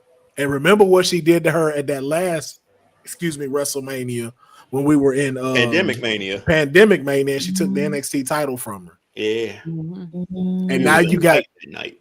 And now you got this young lady who done just took these shots at you. I promise. I'm telling you, we're gonna see a figure 8 leg lock that ain't supposed to be put in that way. And this match may end awkwardly. That's why I was like, I'm concerned about the ring, the mental stability of these two women going into this match. Because as much as this is my client and I ride for her, Stratton is not prepared to deal with a wrestler who's not mentally stable in their professional character. Especially how we talked about The Rock versus Hogan having to switch up when they came, and it was like, oh, The Rock kind of the villain now, and he's the thing we had to switch. Why? Yo, Stratton has not been in the game long enough for her to learn those pivots yet and be able to still deliver a match. She's great at being in a match, but she's never faced anything like that. Yeah. And is this her first WrestleMania match ever in her career? I think solo, yes. I think she was in a tag match last year. No. This is her first one, no, because she just came to SmackDown. Oh, wow. She just came to SmackDown and they threw her in the fire. Talk about that's your first one. Your first one. Not a warm-up, not nothing. No, nothing. It's like, hey, Charlotte. Like, oh, shit, okay. WrestleMania. Show us shows, and you the champ. I'm hoping for the best, man. For them personally, obviously, and then for them to actually go out there and have a really good match. Hopefully, Mania Charlotte kicks in, and she can get through that. So, but when you brought up Rock and Hogan, Rock damn near grew those sideburns back that night, man. He went. Yep. I'm telling you, man. I saw sideburns come up here. That was pure cinema. Yeah, he was. Yo, I started seeing them track pants and that big ass shirt. I'm like, when he get dressed? For the longest, I wanted that tracksuit, man. I know. I wanted that tracksuit so bad. It looked like so loose, like it wasn't like hot or nothing. I'm like, yo, it felt like it got so much good air circulation in it. Because when he did the people's elbow and he slid and then I was like, hey, listen, this man Rock got swag, bro. Hey, man. I can say what y'all want. Corporate Rock was something else, man. Yeah. Oh, yeah. Same thing at the same deal point. Asuka got the same deal, came up and run the Rumble straight to Flair. What happened to her? That one hurt. And then to watch Asuka tell her congratulations, I'm like, ooh. Am I wrong to worry about this match? No, you're not. Again, I think we all are worried. Yeah. As I said, man, look, my client is not prepared to take on an untamed Charlotte Flair. And Flair is dangerous in the ring. And once again, too, like a lot of people, a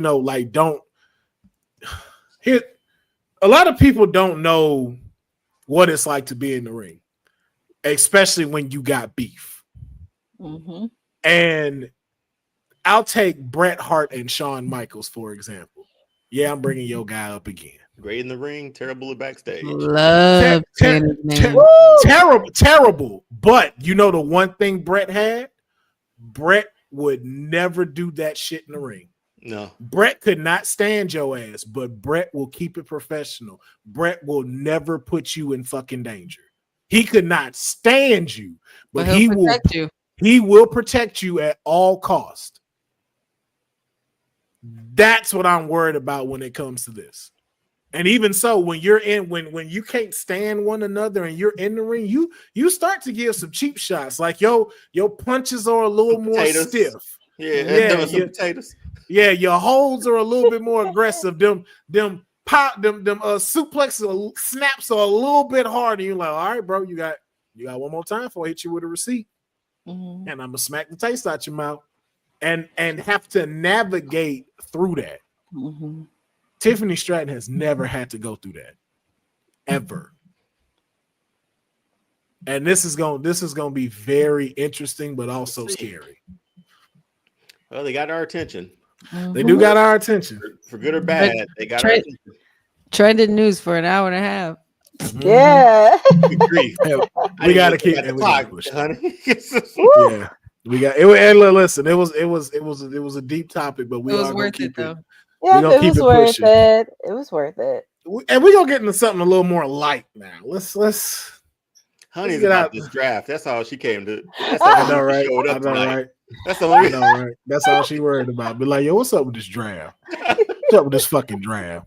So let me ask. I'll ask that. Business, man. I'll ask that then, just so we get the palate cleansed a little bit. What do y'all want to do first? Best wrestler 2, or do you want to get right into the draft? The draft's a good ender. Yeah. I agree. Yeah. I agree.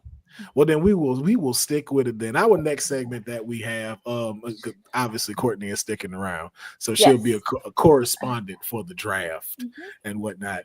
But in here, we're doing a segment we like to call Best Wrestler 2.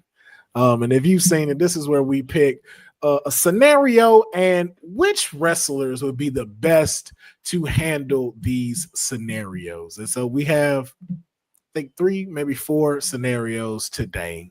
And I'll be very interested to see who y'all will pick. So the first one, gotta go a little left with this one. Best wrestler to hide the body. This is cleansing the palate. Cleansing the palate right here. What a hell of a way to start. I want to know from y'all. Man, we're gonna give a little thought. Even in the chat, if you're watching this, please also jump into the comments and let us know. Also, like these videos and subscribe to the WWT YouTube channel, as well as my channel, and as well as the Strand of a Comic Book channel. Now, it is only right now on WWT because YouTube decided to be an a-hole and block me from uploading stuff for 2 weeks because I put up a sexual video that violated community law.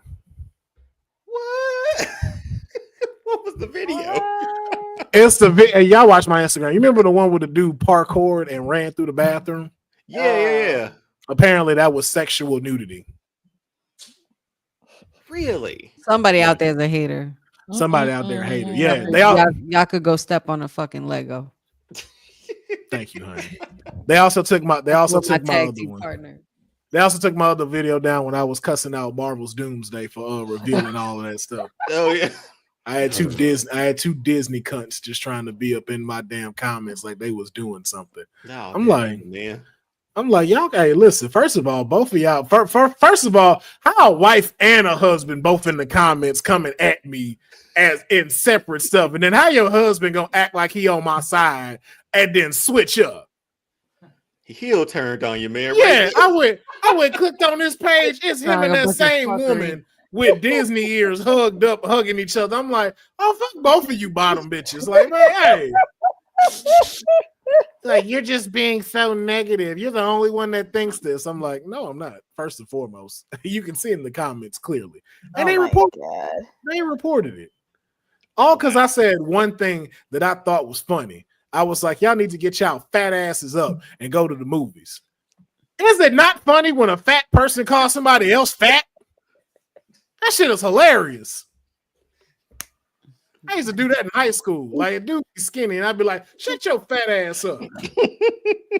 I would say, like, that'll throw you up.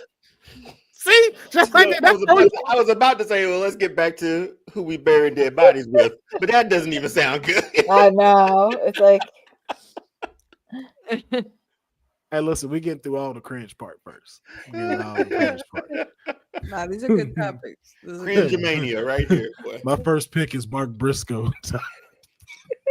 Oh, for real? what? No. Oh no. Yeah, but you see how he looked. Don't. Let's not act like if anybody is familiar with that world, it would be him. So, well, Courtney, you're new to this. Do you want to start, or would you like one of us to start? I could start off first. Okay. And what do y'all say? Do y'all want to do 2 wrestlers? Let's do 2 wrestlers. I feel like you need 3 people. Oh, I was gonna say I'm good with 1. Thank you, man. Well, you had an option. You could do 1, or you could do 2. Okay. Well, just to tell you, like, you don't have to just do 1. Not too many people can know about this. Yeah. Yeah. So, Courtney, what wrestler would you pick to help hide the body? I was kind of going back and forth on this because does managers count as wrestlers? Does it have to be an actual wrestler? It does have to be a wrestler, but I am curious as to who you're going to pick. So for this sake, manager-wise, who were you going to pick? Don Callis. Don Callis looked like he know where 5 or 6 bodies are right now. Yeah. Like currently. And proud that he knows where they at. Like not, I'm keeping a secret. Like I'm glad I know where these are at. Yo, Sendil, you took mine. I saw that one. Yeah, Sendil took mine. Oh yeah, New Jack. I can't wait to see him on 2K25, man. Yeah. That's gonna be wild. I will never, Yeah. I will never forget seeing this episode on Dark Side of the Ring, and I was just like, "What?" New Jack was great, man. Me and my brother loved him. He fought with his music still playing. Like Yes. they kept his entrance music still. not getting to introduce the nut, just start fighting. That was it. He did not care. He just start fighting. But all right, Courtney, you had a manager, but now a wrestler that could hide the body. Oh, I'm gonna go with Swerve Strickland. Swerve is a guy I can see him hiding some bodies. I'm going Swerve. Swerve look like he snitched. I'm just throwing that out there. Well, that's the next question. Swerve, I ain't gonna lie. Like That's Swerve wild. look like he That's snitched. a wild statement. Will. I'm just throwing it out there. Swerve give me snitch vibes, but to that. He's a great wrestler, but I was like, I don't know. I just don't see him going like risking going down for that. Like, yeah. Like him and Nana, like Nana gonna convince him. No, you need to tell. You need to tell them now. Why did he say it like that? Whose house? Not your house, because that will be you. Behind boss is not for you. Oh, good grief, man. But all right, Deonne. I was gonna go one, but since you said two, I got Randy Orton and Samoa Joe. Ooh, Under pressure, cool, calm. I could bring it up like, hey, we're burying the body. What body? Like that's all I need to know. They'll be ready to do it. They'll keep their mouth closed. I need the calm and cool collective guys, burying the body. So yeah, Samoa Joe and Randy Orton burying the body with. I feel like they're gonna crack jokes too. I know, right? We're gonna forget about it in like a month. Yeah.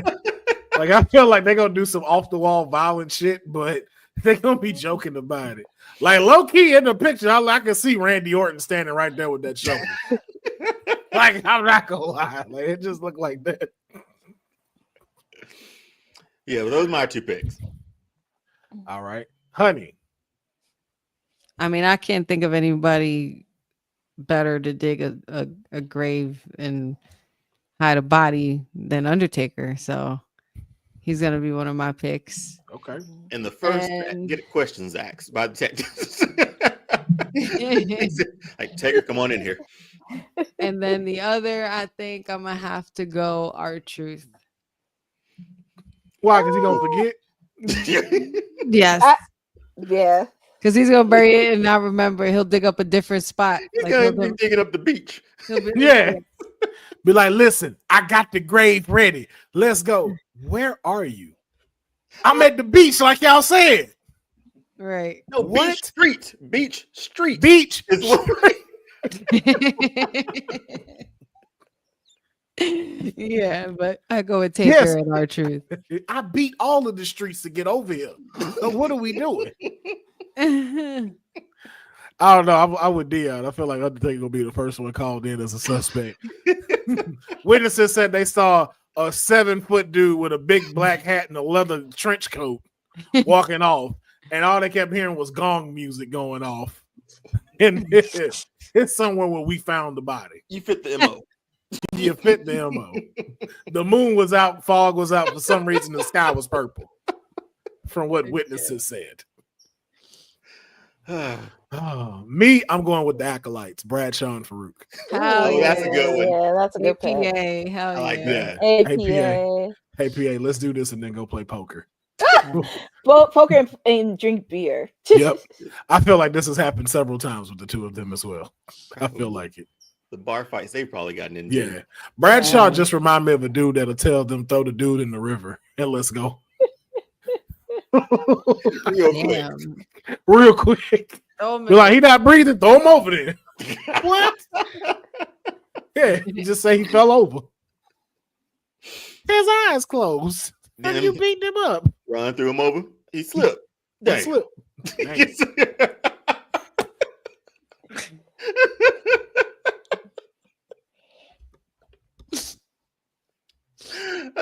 I love Farouk, man. I love him to death. Hey, man, we got the wrong drum barrels. Damn. Damn.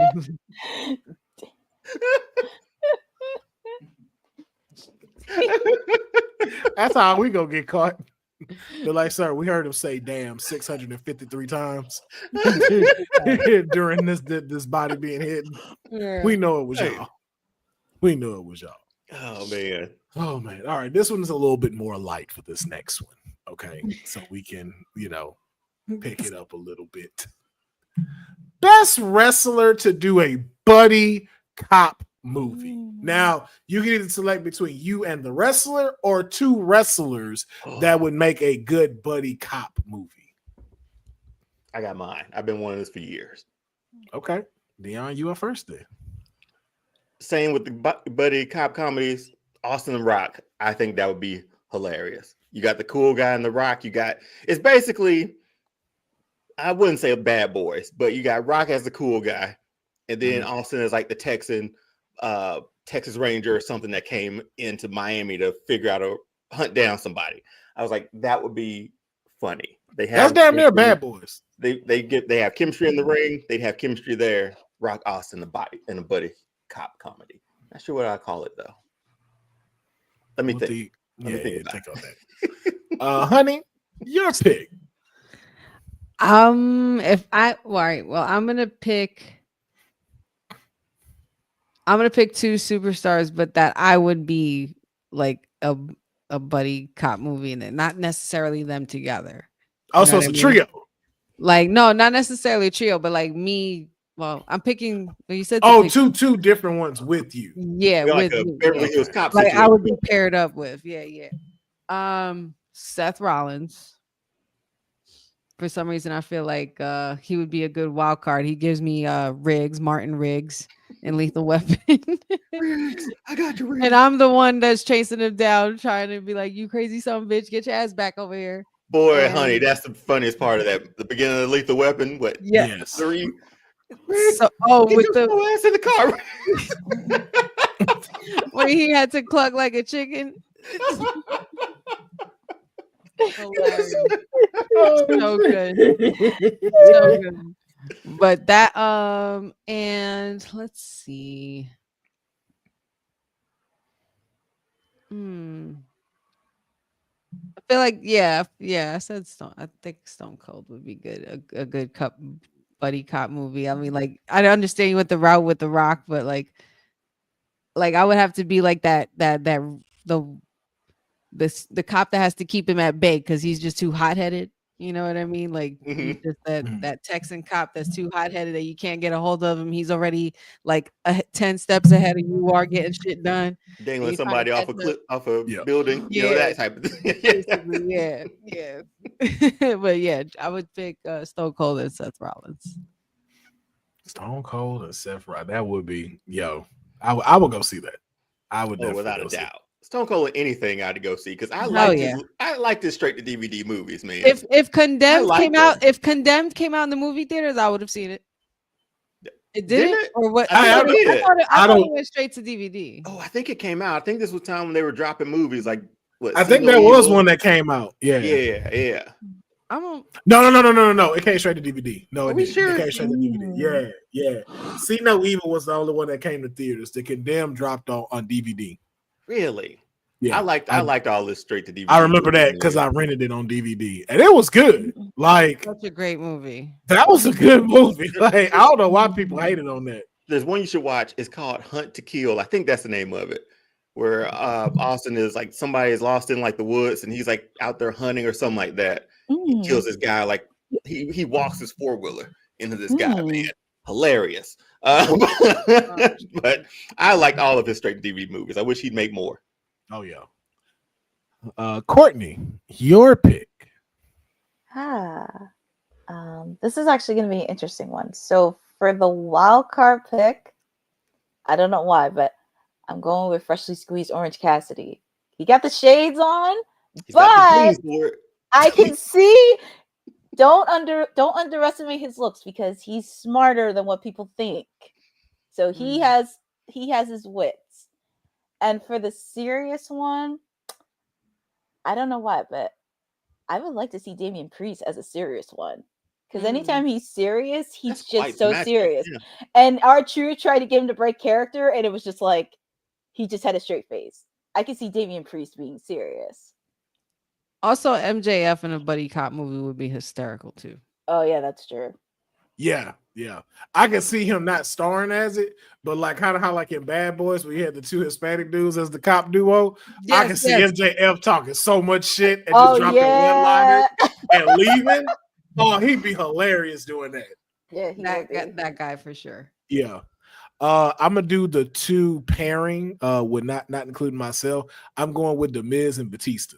Oh yeah. That's funny. That could work. That's funny. That would kind of work. That would really work.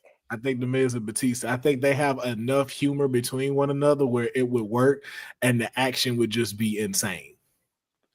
And their personalities are just opposite of one another where it makes it work. So, but that is mine. Let's see who we got in the chat. Sage D says R-Truth and the Boogeyman. Ooh, wow. That's crazy. They doing paranormal police work. They got to be, man. Yo, this right here. I can't even imagine that. That'd be a dope comic book. That would be. If it was like supernatural stuff and both of them that would be a dope comic. It would be like on like a Naked Gun level sort of deal too. Yeah. Let's see. Brandon Barnes says me and John Cena. Benjamin Lampin say R-Truth and the Miz. It still works. Still works. What about the Fashion Police? The Fashion Police. I forgot all about them. Fandango. They used to put on some good shit, man. Yo, you know what? I would have loved to see them two do a remake of Bill and Ted's Great Adventures. They could, yeah. They had a match with the Usos that time, right? Where he was dressed. That was the best match. That's the only match I remember from that night. That was a solid match. All right, our next one and final one. Best wrestler to win a game show. Let's say y'all on a game show you're choosing and you need that wrestler that is going to seal in the victory for you. Who are you calling? Let's start off with Honey. I'm calling in the EST. You can't lose when you got the EST. That's a solid choice. That's a real solid choice right there. And she has experience. She's been on a game show before. So what game show would you go on and have Bianca Belair with you? It's definitely got to be Wheel of Fortune. I've always wanted to do Wheel of Fortune. Okay. On the wheel, team duo on the wheel. I like it. All right. Let's go with Courtney. Oh, I'm actually going to do a throwback. I'm picking Trish Stratus. Hey. And we're going with a throwback with the weakest link. Because she was on that. Nice. The weakest link. Dang. Yo. Okay. Coco talked back to the host and shit. Yep. She no-sold everything, man. Like it was no-sold everything. All right. Deonne, your selection. I think I'm gonna go with Mick Foley on this. Okay. One. New York Times bestseller. Mick Foley. He's genius. I think I'm going with him. And maybe like if we're teaming up on teams on Jeopardy or something like that, I feel like a show like that would be like his bread and butter. And you'd have fun with him too. Yeah. Oh, of course. Because he loves this kind of shit. I'm going to go with Kalani Jordan. Ooh. And we going on Legends of the Hidden Temple. Okay, Sage D Hey, classic. Sage D just said Rey Mysterio on Legends. Oh shit! Oh Wow. my God. Legends of Somebody the put that Temple. monkey together. All right, we winning this. That's all I know. Somebody gonna put them pieces together. She ain't gonna fold. Well, watching that from home, you're like, come on, man. It's Bro, I used three pieces. I tell you, the way my body used to irk watching that show. Because I'm like, yo, why don't you just turn the monkey around so you can look at it? Like, yo, like, there's no rule that say you can't do that. Right. And it's not like, and they kept like, I'm like, bro, just turn it around so you can see it. And then turn the bitch back around and run. Like, yo, when I saw how many kids got defeated, I was like, yo, I didn't read this. It used many to books frustrate supposed to be me. It used to represented. frustrate me. Yeah, Like, so I knew I would frustrating. do differently. Yeah, I'm like, yo, there's no way y'all that slow. I used to get mad because, like, I ain't never tell nobody this. No, I think I have said this to some people, but I've never said it on here.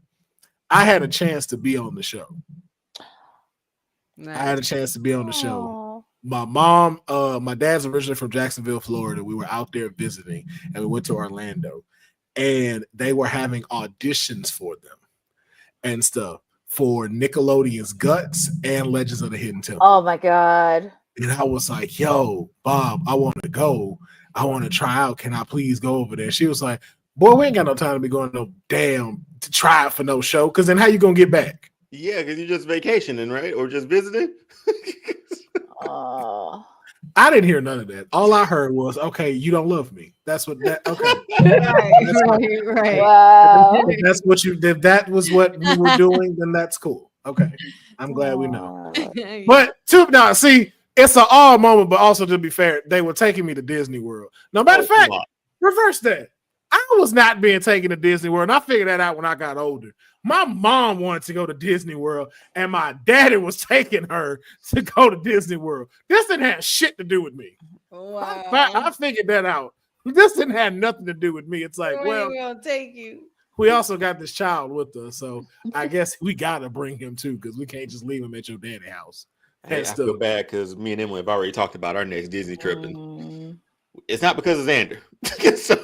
so See, I'm telling you, yo, it's never for the kid. It is never about the kid. for the You kid just- inside of us. Yeah, you just get the privilege of tagging along with us because we created you. That's it. Because if you think I'm finna pack up and drive 14 hours to go somewhere to walk for 6 hours for your little punk ass, you have another thing coming. What have you done in this household for me to want to go risk do all that? All you do is shit, eat, and go to sleep. Well, that's love, man. That's Yeah, but when I got older, I understood. I was like, I wouldn't take me for a reason either. I've contributed nothing for us to have to, for me to say, I want to go to Disneyland. It was at that moment I understood. You got Disneyland money, touche. Okay. You all right? That is not an easy trip. Oh, I say, no. you know what? I grew up near Houston that had Astroworld. I know where to play my cards. Hey, since I got a long weekend, could we go to Astroworld? You could leave me there if you like. You just drop you off, right? Nah, not Astroworld. Any other place he'd just drop me off. My dad was one of those. He gonna run errands before we also go to Astroworld. Because I'm thinking we're going straight to Astroworld, then we're going to a place called Calvinder's Boots, and I'm watching my dad pick out cowboy boots. That's such a West thing, man. There was one in Oklahoma. And I was like, but you ain't no cowboy. Why you keep buying these? And these are not like cheap shoes. Oh, they're expensive. Ostrich skin, man. Like this Bro, is good stuff. Crocodile skin. Like, yo, honey, these boots be sitting at like $500. Like $500. And what really made me more upset about my father is that my father is I don't want to call him cheap because he's not cheap. He has a shopping etiquette that get on my fucking nerves because every weekend, like this is what my father will do. Y'all may have y'all remember a store name called Dillard's? Of course. Yeah. So every weekend, I don't think no child wants to do this, but some parts of it you do. There's nothing like your dad saying, "Let's go take a ride," because you never know what's gonna happen. And my dad used to like listen to hip hop music, so I didn't have to worry about like listening to fucking like never would have made. I didn't have to worry about that shit. I'm listening to Lil Jon. All these bitches crawl. All skeet. Yeah, that was my daddy. That was him. So I'm like, okay, cool. We in the Cadillac just doing wild shit. So, but that be it. Then we go every weekend. We go to Dillard's. And my dad. Only? Stacey, shut up. Oh, we talking gosh. y'all already know.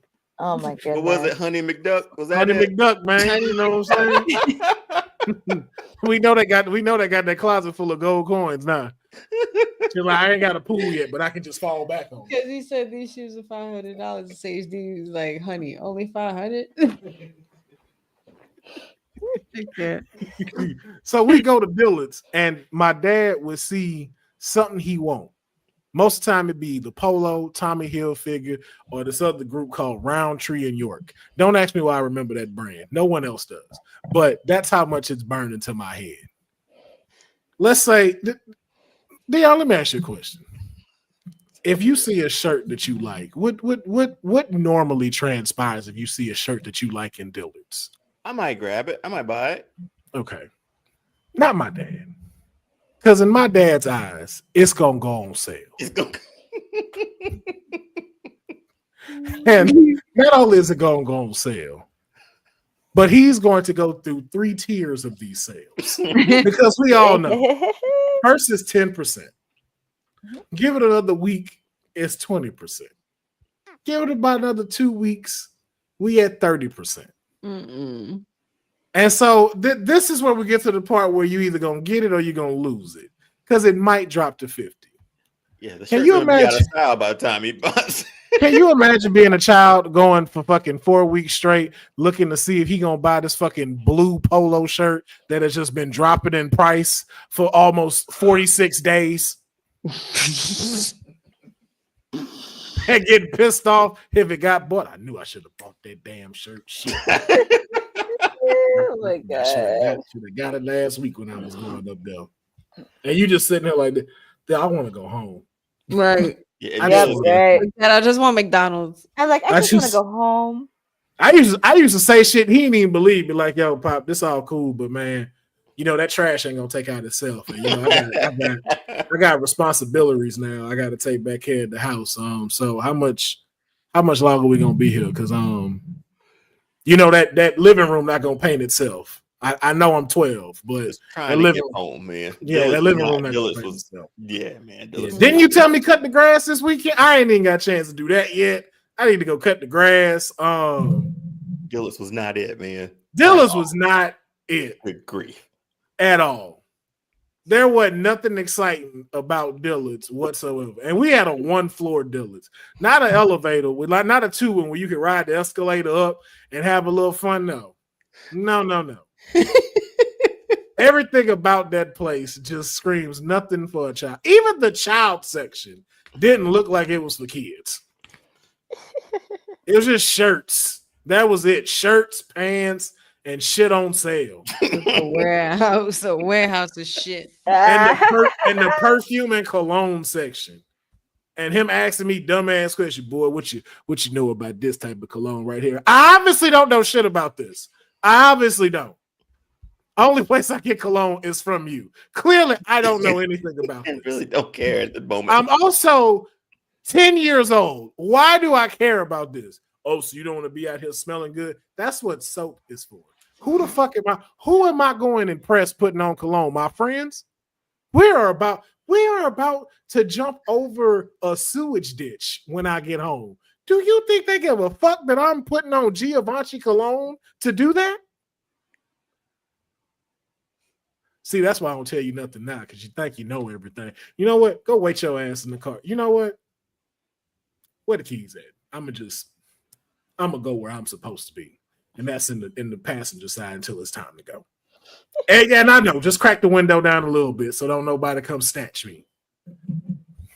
Back in the day. Oh, You can't do that now. Can't do that now.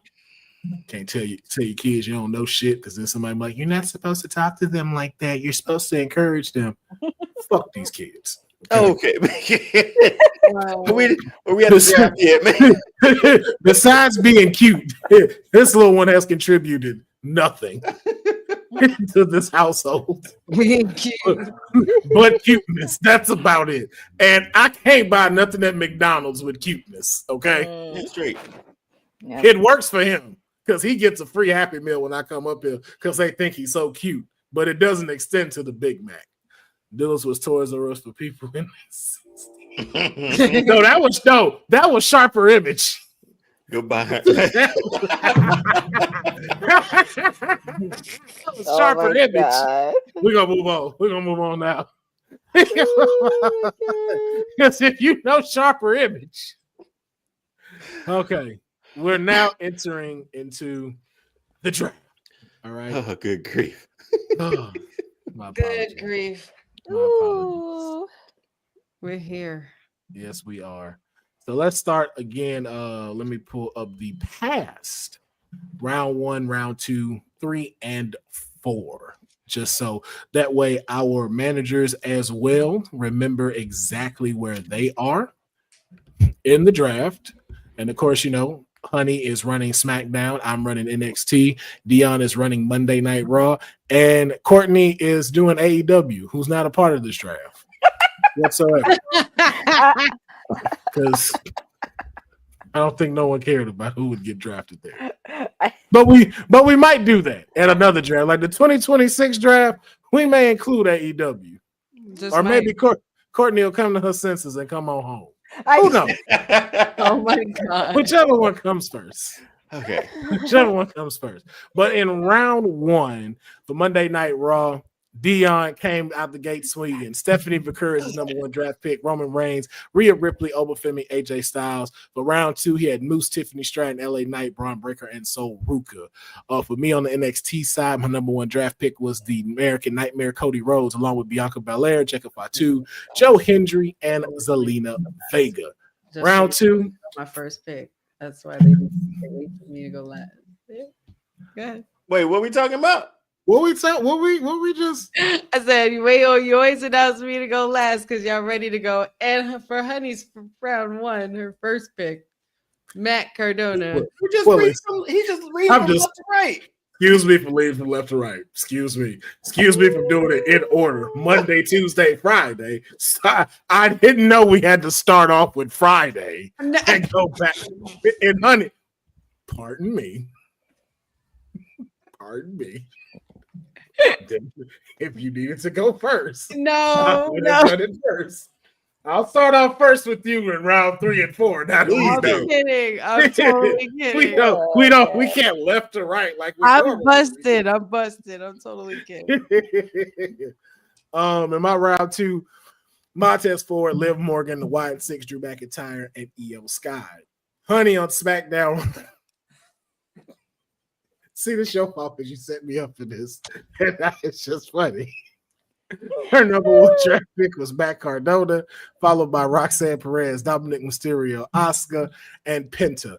Her round 2 selection was Ariana Grace. Hot pick, man. Hot pick. She was on everybody's list. It's not my fault that y'all don't see what I see, and that's okay. All I thought was, didn't nobody think about Ariana Grace? No offense. And that's No fine. offense. No offense. Hey, listen, if you like it, we love it. With all due respect. All right. But she also had great ones also in these draft picks, along with Gunther, Finn Balor, Jey Uso, and Alexa Bliss. Now in the 3rd and 4th round. Screw you, MDB. I actually like it. I actually do like it, pick. He said whoever drafted SmackDown should get fired. She ain't gonna make it through the first quarter, man. We ain't even seen. When was the last time we seen your ass in here, BB? 90 days in. 90 days in. I'm like, honey. Y'all 63 days in. 63. No, sorry, that's not me. That's Julia. Thanks. Mm-hmm. Can we see? Now, Yeah, this Nope. now hold on now. Now hold on. Jeffrey, appreciate the comment as well, man. Appreciate that.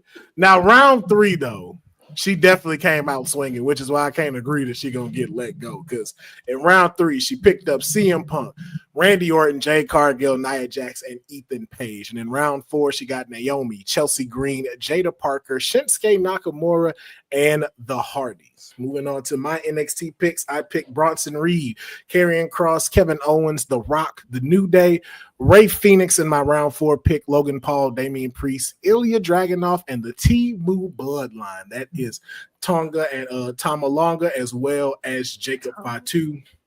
And Solo Sikoa. Tamalonga. They know he know what his name is. He know what it is. And for Raw, we have John Cena, Seth Rollins, Austin Theory, Becky Lynch, Charlotte Flair. In round 4, the Meta Girls, Pretty Deadly, Legado del Fantasma, American Made, and the Motor City Machine Guns, dropping bombs on his tag team division. All right. honey. Never mind.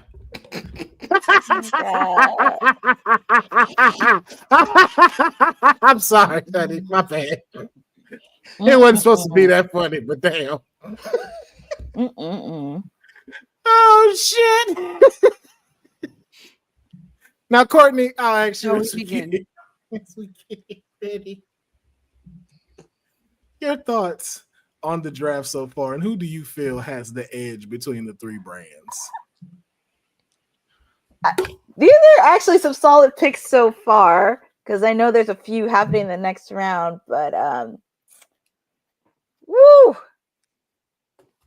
I gotta go with Raw only because you got some tag teams, and I got my love for tag teams, because I think that tag team division will be fire.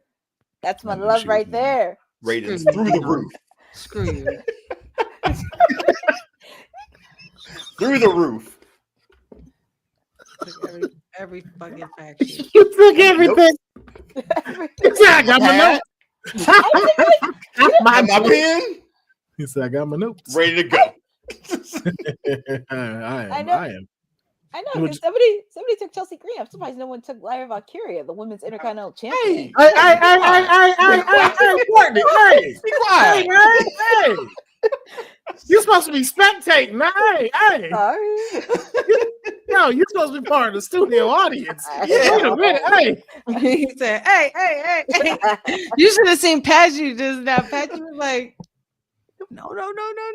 Yeah. It's already bad enough she got help in the back with Patsy giving her ball hits, because clearly he came up with round 3. It's like, don't give her ideas. Okay, so I'm not clever enough to come up with this myself. I'm not gonna say nothing. I'm just gonna be watcher. All I'm saying is from round 1. Round 3. Something happened. That's nothing happened. I just picked who I picked. Okay. I believe you. My story hasn't changed yet. I don't know why y'all haven't still believed me. I believe you full wholeheartedly that this is where we're at. Mm-hmm. Okay. We're now moving into round 5 and 6. This is the final pick in the Kayfabe draft, the final round. And then moving into next week, we are going to go into our potential trades, okay? Trying to figure out who we will, get from one another when it comes to this trade. Now, Monday Night Raw, SmackDown has started off with the other 2 starts of the round. And so it's only right that NXT gets their pick first. I'm just trying to make. Dang it, that motherfucker got him already. Okay. Yeah, I'm looking at mine too because somebody ain't. Well, my first pick in the draft, NXT selects the War Raiders. Good pick. That's a nice Off pick. my board. Nice War pick. Raiders. War Raiders are here. All right, Raw, you are up. I'm up. Please select who is your selection in round 5 of the draft. I can't believe he's still. Y'all have to check and make sure too. Carmelo Hayes. 1 second, we're checking. Yep. Yeah, nobody has him. Let me get him. Yep. All right, Monday Night Raw Let me is get him. selecting him. Him. Carmelo Hayes. All right, now we're gonna move it on over to a SmackDown. Honey, first off, why you got that face? I'm writing something down. I was Oh, looking. okay. I'm looking down. Sorry. Gotcha. Okay, no need to apologize. Your pick in round 5 of the draft. Round 5 of the Kayfabe 2025 draft. SmackDown selects Ricky Saints. Woo! You picked one of my favorites. If I didn't discover Carmelo right there, he was going to be my first pick. Okay. Good pick. Strong out of the gate, honey. Strong. I didn't ask you, Deonne. I didn't ask you. Well, damn. Ooh. All right, Monday Night Raw. Shut up, then. Monday Night Raw, you are up. Please select who is your next pick in the draft. Okay, I'm still just checking everybody else's too.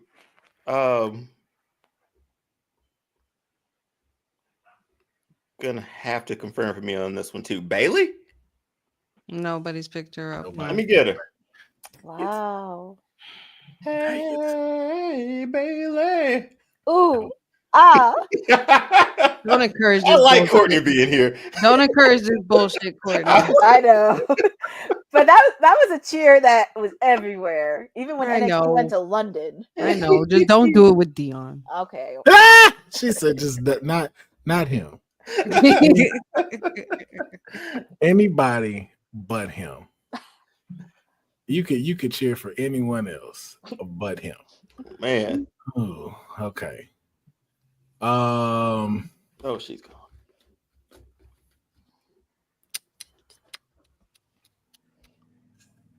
That's on you, Will?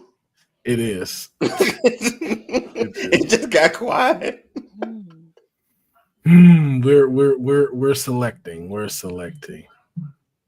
You're on the We are clock. selecting. Am I? Next year we'll have a running clock, but I don't think we really needed one until now.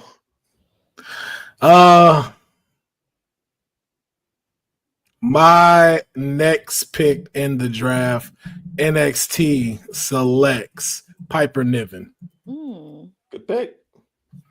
Thank you, sir. Oh wait, I said I was gonna sit over here and shut up.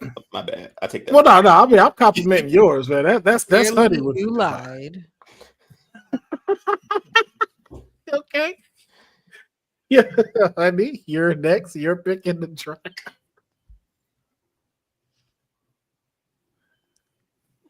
For the 2025 Kayfabe draft, SmackDown selects Andrade. Ooh. Solid pick. It's a lot you can work with on that one. And then it bounces back to you as first pick. So who is your next pick in the draft? Fantastic. Give me Rusev. Oh yeah, he is back, huh? Yes, he is. He is not on the current roster. He just signed. He is not on the roster. Aw. Okay, Oh, but he's so we not. No. You know what? No. You know what? Okay. Where's the challenge button? Mm-hmm. Because Do we have didn't a- you do we have a didn't you challenge steal Ray Phoenix before he even debuted? No, you got it. NXT selects Aleister Black. He's not even announced. Yes, yet. he is. Wow. Come on, you know that. Rusev is announced. Hey, You know that's hey, him, though. hey, listen, yeah, we know that's him. It went out. No, we don't. The footage went out. NXT selects Aleister Black. All right, it is Monday Night Raw's turn. Let me get the wily veteran. I don't think we've taken him. Rey Mysterio. Nice. That man's gonna wrestle forever till he's 90. Till Till he's 90s work for everything, man. I'm glad. And he's still the longest baby face. Still is. Oh wow, yeah, you're right. Man,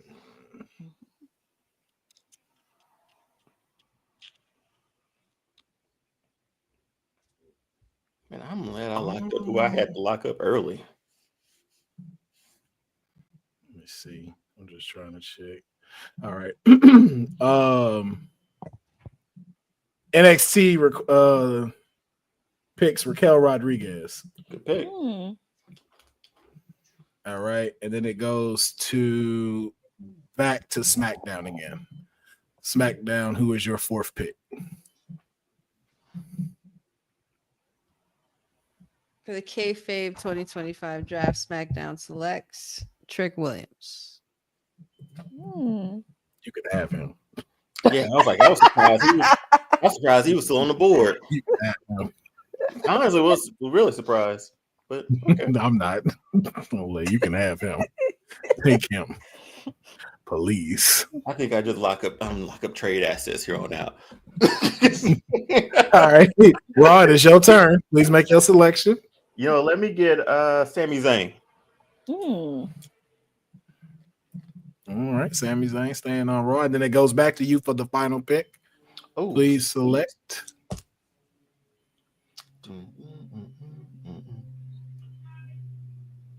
Let me get Tommaso Ciampa. Damn, missed opportunity. Damn, that's my bet. That's my first F up. All right. You just asked DIY. I should have got them both. You should have. You should have said DIY. That was my next choice. I was about to do. Damn. I was just about to do now that. I ain't spending the pick on Gargano. Y'all can keep him. SmackDown select Shayna Baszler. You mean NXT selects Shayna Baszler? I said what I said. You said SmackDown. So I know. You did the same thing last week. I did. It was still there. I know. I forgot about her. No, I did. I know. Surprised I didn't write her down. SmackDown. Now it's legit your turn to pick.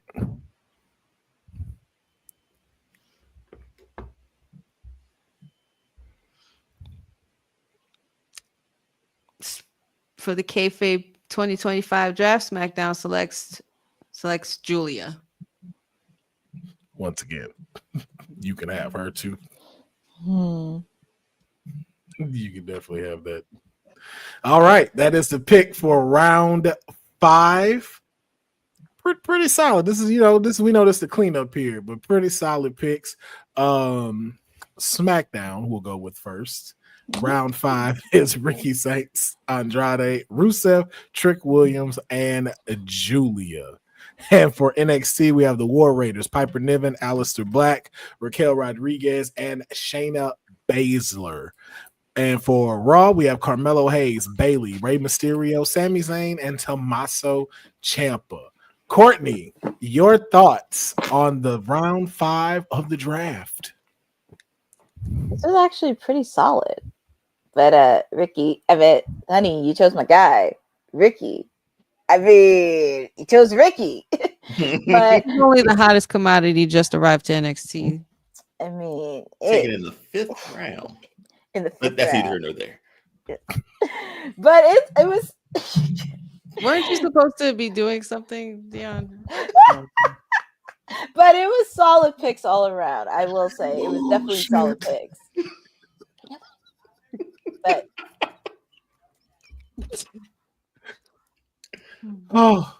basically, Courtney saying that I had the steal of the night. So just saying. So far, you got my guy Ricky. I got 2 people we all forgot about Right, and then it's like it's her favorite wrestler. How does that make yours the top picks? Just because it's her favorite. What kind of logic was that? There's 5 other people that were Right. I obviously got the best because I picked the best one she got. Like, what? Okay. Oh man. That's the logic we're going off of. I mean, it was solid on the mount, but come on, I can't go against Ricky. I can't. I understand. All right. We are moving into round 6, the final pick, the final rounds of the draft. And of course, it is going back to me to go first. And let's see. For this pick, the what? If it's who I think it is. Yo, low-key, I was about to pick her. Oh, really? I think she's on my list too. If we're talking about the same person, you gonna pick her now? Oh no. Let me go and scratch her off my list then. Go ahead. Type it in. I don't know if I want to pick her. It's your pick. SmackDown selects the vote. Natalia.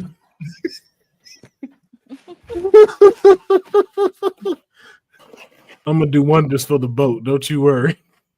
For the boat. Oh, for the boat. Every match. The boat. All right. Honey, it's your turn. No, I'm sorry. It's actually Raw's turn because then you pick next. So actually, it's Raw's turn. So Deonne, who do you select? Let me get I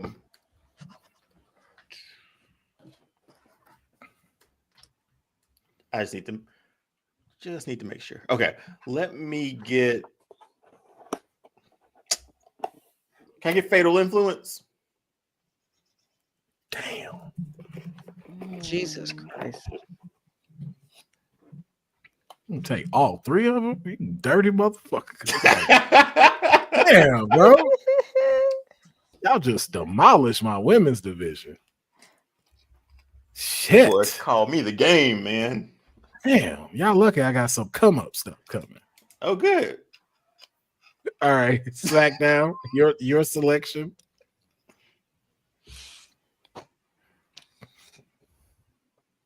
Round 6 for the Kayfabe draft. SmackDown selects The Miz.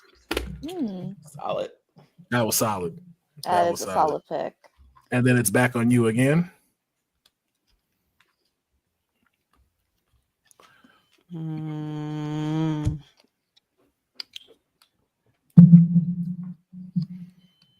know what? Duh. SmackDown selects Jimmy motherfucking Uso. I was wondering if you was gonna say him. Because I was gonna get him in 5, but I was like, you know what? Somebody already got Jay. I was like, I wonder if she gonna call it. I need to. Because I could either push them as singles or put them together as tag teams. And they are one of the greatest tag teams. So there you go. I was wondering if it was coming. Slow little come up. Took a while to get here, but you know I'm here. Yeah, I didn't want to take it from you. No, you take it enough. I'm not the it's a draft. And I'm not the only one that did it. Like, we supposed to leave people for you? Like, that's how the draft's supposed to go? In my second pick of round 6, man. Everybody who you want, honey. We'll just take whatever. After. Right. Once you picked all 6, then we'll go after what we want. Right. The second pick in round 6, NXT selects Jordan Grace. Nice pick. Man, she was still on the board too? Yes, she was. Yes, interesting. The fuck she was. All right, Raw, it's your turn. Oh, Circle. I felt like SmackDown may have taken her. Is Zarya still on the board? Yes, she is. You could please have her. Really? Can't even do a kip up. Gonna be my Goldberg of my division, so you're gonna hate her even more. So you going with Zarya? Yeah, let me do that one. All right, and you're back to back, so it's on you now. Let me get old Ludwig over here on SmackDown. Ludwig Kaiser. Yeah. All right. It's back on me. NXT selects Masha Slamovich. Ooh, Masha. Good one. All right. SmackDown, it's on you.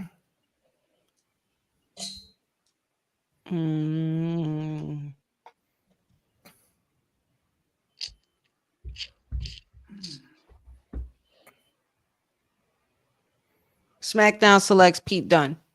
Damn.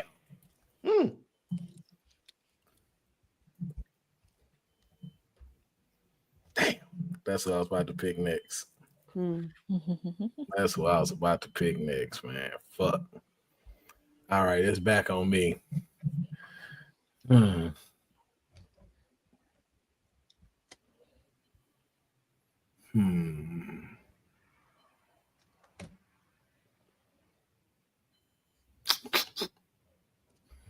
man took fatal influence. Ain't that Ain't that a bitch?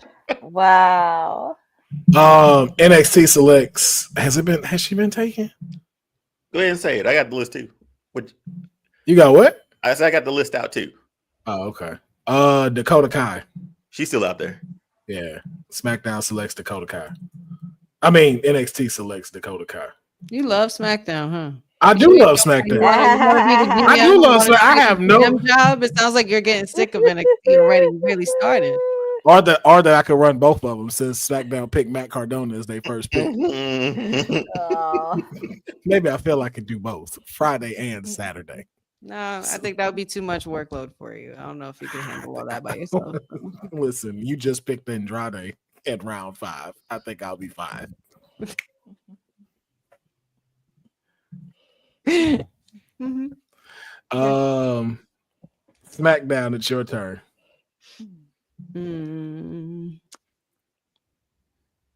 No, wait, I'm sorry. No, I'm sorry. It's who went first before I just did? Oh no. It is yours. I'm sorry, it is yours. Okay. You sure? You positive? Yes, it is yours. It is yours. All right. I'm gonna go right now. Okay. Yeah, SmackDown selects Izzy Dame. Boy, y'all just taking all my women's division, everything I done built. Just everything I done built, man. But y'all taking my babies away from me, man. Clown, you got the Rock. I don't want to hear. I don't want to hear shit. You got the Rock. Like I don't want to hear that. Yeah, get the fuck out of here. I don't want to hear none of like that. you want us to feel bad. It's on you now, Deonne. Who you picking? Javon Evans still out there? Oh, really? Word? Yes. Man. Yeah, let me scoop him up. Well, Courtney, they just taking all my babies, man. All my little babies. They just new toys, man. Some new toys. Yeah. And who is your final pick? This is just a question before I actually pick them, though. Can I pick Tony D and the family? Did Will ask if he could take just both Uncle Howdy or the Wyatt Six? I have an even better solution for that. You could pick Tony D'Angelo, and I will give you the D'Angelo family along with them. Well, give me all of them. Give me all of them. Wow. Him, Stacks. Yeah, I want the whole family. All right, that is your final pick. NXT selects the LWO. Minus Rey Mysterio. Minus Rey Mysterio, of course. I ain't want him no way. I got who I want. I want Joaquin Phoenix and Cruz del Toro. They're an incredible tag team. They are. And they do not get enough love at all. They don't. All right. SmackDown, your final pick for round 6. SmackDown selects for the Kayfabe 2025 draft. Final pick, Cora Jade. She just did that on purpose. You just did that to fuck with me. That's all that is. No, I had a whole list of people that were left. Y'all low-key just wanted to take my whole women's division. That's cool though. Let's recap That's cool. this because this is Yeah. hilarious. Yeah. So that concludes the draft of Kayfabe. Now, whoever wasn't chosen, they are still on their selected brand. Right? Okay. So they're not just free agents out there that we can. No. They're still on their selective brands, and they go back to where they are. But you are allowed to have them to come up to trade. So we will have a list, though, that I will, of course, send to both Deonne and Honey about who will be on their remaining roster as far as who's left on theirs for them to be able to either trade or, still be able to use. But our round 6 picks, Monday Night Raw had Fatal Influence, Zarya, Ludwig Kaiser, Javon Evans, the D'Angelo family. In round 6, NXT has Natalya, Jordan Grace, Masha Slamovich, Dakota Kai, and the LWO. And then round 5, SmackDown gets Ricky Saints, Andrade, Rusev, Trick Williams, Julia for round 5. Round 6 is The Miz, Jimmy Uso, Pete Dunne, Izzy Dame, and Cora Jade. Yes, King Mike Hall. They just came and ran through my shit. They had to come take all my talent. That's how you know, though. That's how you know NXT is shining, bro. They had to come fill their roster with my shit. Yeah, my first pick was from your roster. What's crazy is y'all both. I'm happy with my picks. Y'all both ran through my roster, and then Raw ran through SmackDown's tag teams. But I'm not gonna lie, like SmackDown has the better like face value picks. But I'll be honest, I feel like NXT is gonna be the one that pulls out with their division. Come on, man. Let's look at those rounds real quick. Let's recap those rounds. Let's see. Round 1. Oh. We got Stephanie McCurry, Roman Reigns, Rhea Ripley, Oba, AJ Styles. So as good as this is, AJ Styles you're gonna lose in 5 years because he's retiring till he's 90. He's staying. No, that's for Cody. Remember? That's for Cody. AJ said he's leaving, so you don't get 90. So, Oba Femi, that's gonna be one of your shining jewels right there. Rhea, we gonna see. No, shining jewel already. Shining jewel. Okay. Roman Reigns that's up to you. Is he full time or is he part time? I mean, he's an attraction, right? So he's gonna always put. But we're gonna have a graphic every week. But are you gonna book him right? What's right? Him coming around here disrespecting the tribal chiefs now. It's raw red carpet. Well, he'll find out. He has come to work. Stephanie McCurry as well. I mean, that just beefs up your women's division, although she ain't really got too many people to wrestle. Have you not seen? Okay. Cool. Now SmackDown. This is where trades can come in too. Because the trades will be next week. Now SmackDown's round 1. One is injured. You got a fresh hot face that I think will definitely beef up your mid-card division in Penta. You do have the greatest heel right now out, as well as the greatest luchador, Dominic Mysterio, as well as the greatest women's wrestler in the world right now, Roxanne Perez, which if booked right, this can all work. That first pick, though. Honey, I want to think about this for a week. Who you willing to give up for Roman? Like what that trade package look like? You just think about that, okay? First of all, package is wild. Package is insane. I don't want a superstar for superstar. I want a superstar. I want one for every round. Now, Deonne talking all this shit. You better think about the same thing for what you want for Cody. He's fine. He's fine. I can deal with it. You wait till you see how I book him. Oh my goodness. You wait till you see how I book him. So what was that again you were saying, Deonne? Yeah, whatever that trade package looked like for Roman, it's got to be I need at least 4 people. Okay. 4. Oh. That's not bad. That's not bad though. I could, yeah. And then on mine, Cody Rhodes, Bianca Belair, Jacob Fatu, Joe Hendry, Selena Vega. That's good. Like, I don't care what nobody say. I won round one. Y'all can say what I'll give y'all you want. round one. I got round one. That's all champions. I'll take second place on round one. Got to. That's all champions, yo. Like world, like the face that runs the place. All of them. Now round two get very, very. This is a toss up. But round two for Raw: Moose, Tiffany Stratton, LA Knight, Braun Breaker, Sol Ruka. You got champions in both divisions, mid card, and all of them could be future champions that carry the main belt. Like these, your work. This I would give you. This your workhorse round right here. I can see that. Yeah. Yeah. Like these went for that in round three. Yeah, this right here though, like this is your ones. Like I can see them on every week, and fans getting excited. Round two for SmackDown.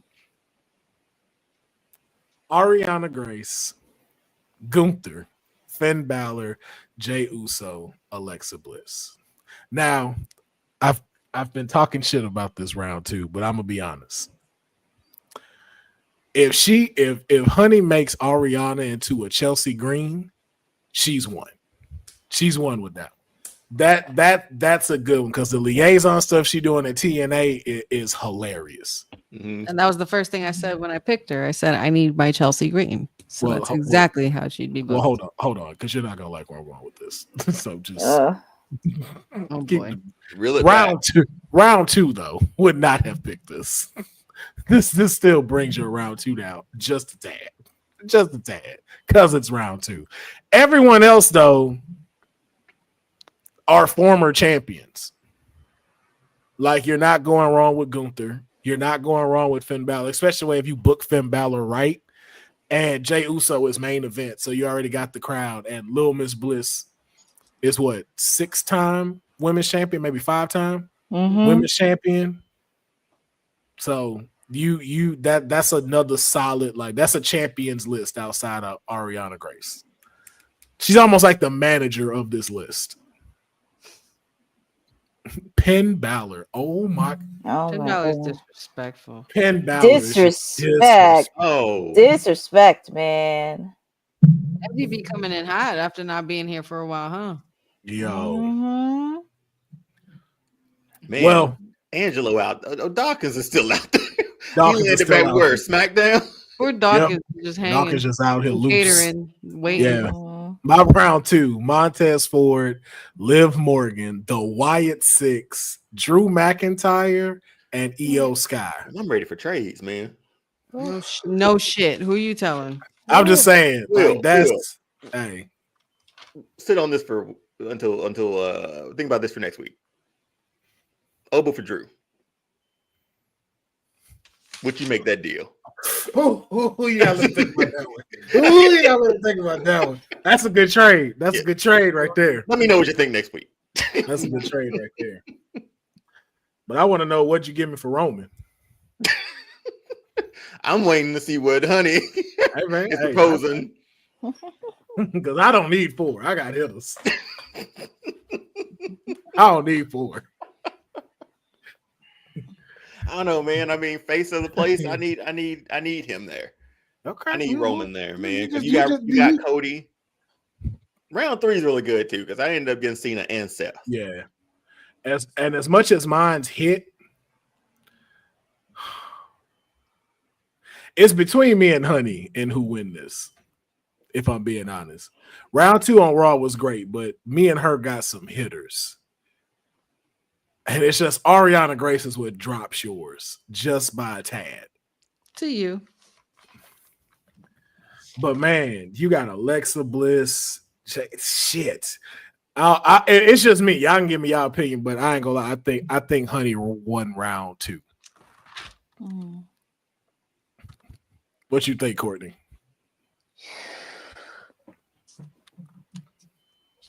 Courtney, come on. Not because this is all round 2. This is very hard because you guys all made solid picks in round 2. So this is very hard to do. Like Raw, you got mid-card talent. Same thing with NXT. You got Montez Ford and the Wyatt Six. And then round 2, you got Ariana Grace, my boy Finn Balor, Alexa That Bliss. says it. That does it. She picked her favorite. I know she's gonna be biased again. Look, asking her just don't help because she be biased. You got my boy on here. Like, you know what? Quiet. Like, I'm not saying shit. I'm not saying nothing, but I gotta show love to SmackDown.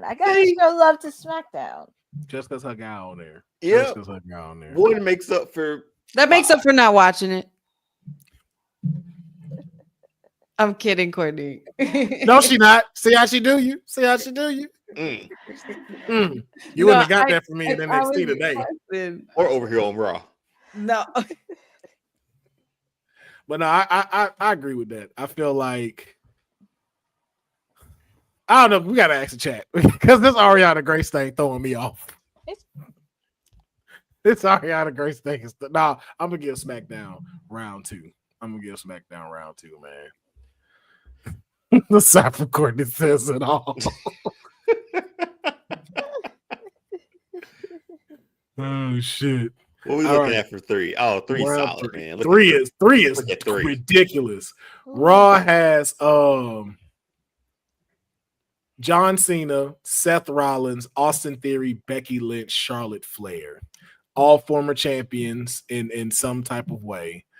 That's just an all-star lineup right there. But you only get John Cena for a year. So you got to really milk that year.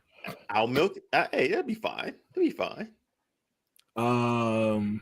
Everybody you have Becky Lynch as part-time, and you got to deal with the current Charlotte Flair. So I feel like there's a lot of animosity with my no. You have an all-star list. I've constructed a fantastic draft. I'm just giving you your strengths and the opportunities that are also with lying and having this. All names, man.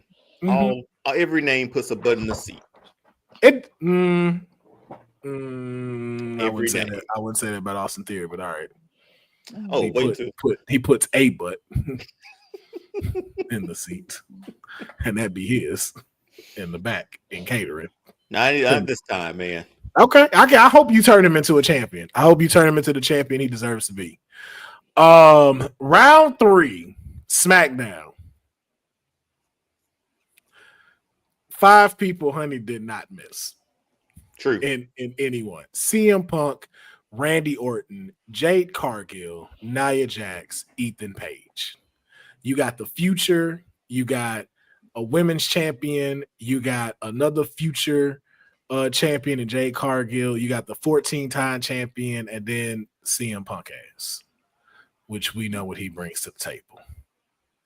That's also an all-star lineup like Monday Night Raw. Then for NXT, you got Bronson Reed, Karrion Kross, Kevin Owens, The Rock, and The New Day. I don't know what happened around that time, man. Like The Rock. Okay, this is the game we're playing. Yeah, because you said John Cena. That's what I was like. Oh, okay, that's what we doing. All right. Now I got Big Back City. I got a strategic from the underground of Karrion Kross, a prize fighter, the great one, and the New Day. This is not an easy pick for round 3 because all of us came through swinging. There's no less than we are all neck and neck. This was solid across. Yeah. Like even like your least one is still a hitter. Like as much as we talk it down on Austin Theory is no joke in the ring. No. And if promoted right, could be a world champion. And SmackDown ain't just got nothing but potential. Like all of these people are, like you said, fill butts and seats. I could just had a Rock on here, and that would have been enough. That'd have filled out my whole round 3 and been done. Now, Courtney, try your best not to be biased. And who would you say walks away with round 3? And I bet not hear you got my guy or my girl in there. On any of you know she gonna say it. She gonna say it. Yeah, well, you know you got my girl Jade Cargill on there. No. She used to play with AEW. So you know I'm gonna have to go. No. I was actually gonna go with NXT to pick. because You know no, well, because you have Bronson Reed, and Bronson Reed's coming back from an injury, and he has so much potential. And that's your boy. I think know. with Bronson, no, not Just Bronson. she didn't say that. She didn't say that. I didn't She said say he got that. potential. Okay. He has potential. Don't you Bronson put words Reed. in Courtney's mouth, Deonne. And also, if you book Karrion Kross the right way, he can take it to the next level. We already know who Kevin Owens is. I mean, Kevin Owens, we know. The New Day, they can bring a lot to the tag team division with their heel persona. I mean, need I say more? You had the Final Boss, who also, his daughter runs NXT. It is. Yes. I agree. I concur. Any disagreements on that? Let's move around for. That's what I like to hear. Honey. I'm content. Will. Oh, sorry, honey. My bad. Go ahead. No, I was just saying I'm content. I think everybody I would say everybody's equal in round 3 because they're heavy hitters in there. Mm-hmm. So it's just a slight push away on mine. Not by a lot, though. Not by a lot. But what was you about to say, Deonne? No, I was like, where's your women's division, man? You took them all. You fucking took all of them. That's where they are. Now I gotta comb through who's left over there to see if I even got a good women's division and whatnot. Here's the thing. See, you know what though? This is the 2 rounds and no women picked. Hey, because here's the thing. I already had the best division, and then that's the upside of being NXT. I still get evolved in LFG because all of them have to come to me. Oh Lord. So I still get them anyway. So I'm like, all right, I can refill the women's roster. That's fine. I'm gonna be okay. But y'all took all my babies, man. All my babies. And I still got Lola Vice. That's about it. Nikita Lyons still over there. I still got Nikita Lyons, Carmen Petrovich. You do got Kaylani Jordan. Kalani Jordan. do. You know what I'm saying? I got Masha. Yeah. You know, we getting into it now You because got a few at later, yeah. later. I had mine strategically of how I was going, of how it was because I already knew y'all were going to pick the high ones. I'm like, all right, look, I know I'm gonna lose Roxanne, I'm gonna lose Jada, I'm gonna lose Cora because I couldn't waste a pick on them with everybody else y'all got. So it's like I had to leave everybody else kind of open on NXT. Yeah. Because even though I lose them, I still win because they get called up. Right. You know what I'm saying? Like, even like again, like fucking Roxanne going to SmackDown in the first round draft. I can't be mad at that. I can't be. Obafemi first round draft of Raw. Mm-hmm. Come on, man. Behind Roman Reigns and Rhea Ripley. Stephanie McCurry was your first round draft pick. Like, I'm so proud of my little babies. So proud of my little babies. Well, we took them. Mm-hmm. There are babies. You take care of them too. You take care of them. Round 4. You can have them back for a price. Oh, hey, man. Some of them I'm coming for. Now, some of them I'm coming for. Please believe. I'm gonna need some of my babies back because Okay. I'm gonna need you to give Jada back. Jada gonna have to come back to NXT. You think so? I need don't know. Jada Parker back. I think she would be great on Friday nights. We ain't done with Jada just yet. Oh, I need Jada to get a belt real quick. That's Round 4 was very different. It was a different perception for each brand. Each brand went into a very different direction. With Monday Night Raw, they definitely focused on tag teams and factions, going with the Meta Girls, Pretty Deadly, Legado del Fantasma, American-made Motor City Machine Guns. Off of that alone, Raw set up their tag division something fierce. yeah. Oh, actually, no, you didn't. I just thought about that. No, you did not. I just thought about that because you don't have tag team champions. That's why we make belts around here. That's cool. That's cool. You can get your belts back if you like. Wait a minute. You split them up. No, I didn't. I took the War Raiders. No. You took, wait. yeah, War Raiders are the Oh, tag I was champions thinking for Raw. Montez. That's who I was thinking. I think I never thought about Oh, he was No, still- I got Montez, but technically The champions I stay on took him. SmackDown. The championships stay on SmackDown, so they're just now vacated. So she got a crown new champion. Yeah. You lost your titles. I took your titles from you. Well, I'll split them up and they can get on these singles runs, man.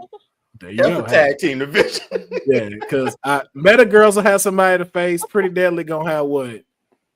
Yeah, you still got a pretty like solid tag team division. You'll be all right. So what? Yeah, I can't make new belts. Is that the thing? I can't make a new belt. I mean, I'm just letting you know where your tag team titles went to. Yeah. You know what I mean? I'm surprised you didn't, Deanna. I'm surprised you didn't pick Axiom for Raw. You could have traded belts. I wanted to. Waxium. I wanted to, but They got about 3 more matches for you. Can't call them that no more. They got I know, about 3 right? more matches. the disrespect.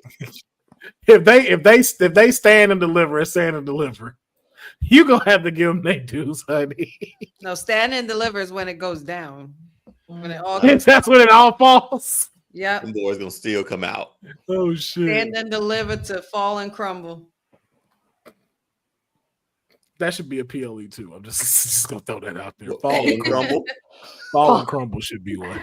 There should definitely be one. Fall and crumble. We did go like really different ways with round 4. Mhm. It's a very mix. It is because on NXT side you have the newly acquired Ray Phoenix, who didn't even get to debut on SmackDown. Instead, he debuted on NXT. You have Logan Paul, which just means prime bottles everywhere. So that's more dollars for me. You're welcome. Damian Priest, former world heavyweight champion. You know, need I say more? Ilya Dragunov, former NXT champion, and the Temu bloodline. Solo Sikoa and the Tonkins. Toman and the other one. Tonkaloa. And then in round 4 of SmackDown, though, Naomi, Chelsea Green, Jada Parker, Shinsuke Nakamura, and the Hardys. Now, this one has the greatest potential in all the rounds because all of these people have been, with the exception of Jada Parker, have been very much looked a little less than outside of the Hardys. But even too, like the Hardys, I don't know how long you got the Hardys. I'm gonna just put that out there. You may got the Hardy for about a good 3 more years. But you could do something with that. Yeah. Everyone else, though, Shinsuke, you the way I know you would work Shinsuke would definitely have changed that outcome when he fought at WrestleMania. Because that dude is a champion. And I know you are just going to turn him into a diamond. Jada Parker is just going to do it herself, as well as Chelsea Green, Naomi. All 3 of those are going to be women's champions on SmackDown. This is a difficult one. I'm going to bounce it to Courtney. Courtney, your thoughts on round 4 and who do you think has pulled away without you saying having my boys on there? No, it was a solid pick for round 4. Like everybody had solid picks for round 4, but I gotta go with Raw. Tag team division is gonna be fire on Raw. Hardy sisters for life. Got it, Courtney. Bet. I'm sorry, but Raw. I just felt another knife in my back. Hold on. See how she did you? Well, she see a list of tag teams and just run off. Boy. Well, I would have done that to you, honey. That's just me, though. That's just me. No, you've done enough, sir. What? Hardly. What? Mm-hmm. I ain't been nothing but a Ricky Saint out here. Speaking of which, we got round 5 and round 6. As soon as it pops up, my apologies. Here we go. All right, round 5 and 6 in the draft. Monday Night Raw went with Carmelo Hayes, Bayley, Rey Mysterio, Sami Zayn, and Tommaso Ciampa.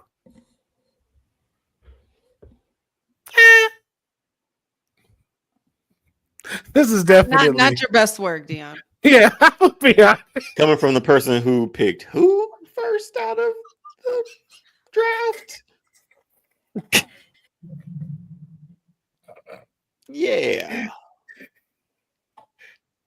Okay.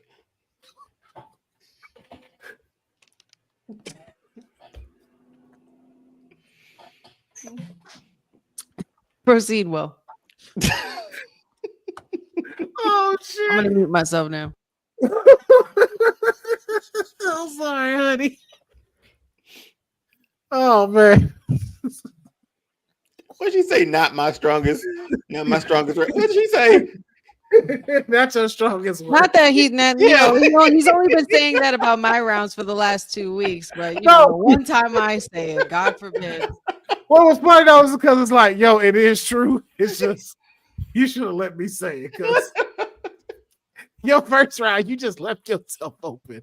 Because I could have said it like, not your strongest work. He'd have had to take that.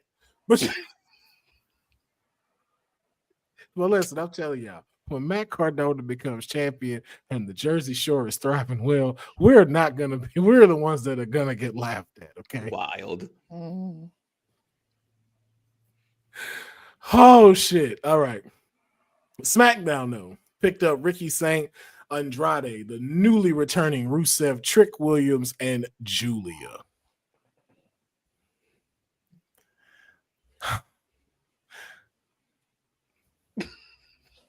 This one is good, but very shake weighty. This is very shake weighty because there's a lot of potential for this to go very right and to go very wrong for this group. Because what if it's hard to build Andrade, especially without Zelina Vega. That pairing just worked. Rusev is still a toss-up. Trick Williams is the one I'm concerned for you about because it's like you got the fans like Jey Uso, but he's not Jey Uso. And you only got Julia for a good 63 days every year before she got to go. But it's still solid. It's still solid. This one is just definitely a gamble. But it's a good pick, though, to go either very right or very wrong. And my round 5, War Raiders, Piper Niven, Aleister Black, Raquel Rodriguez, Shayna Baszler. I'm going to be honest. Mine is also, too, can either go very right or very horribly wrong.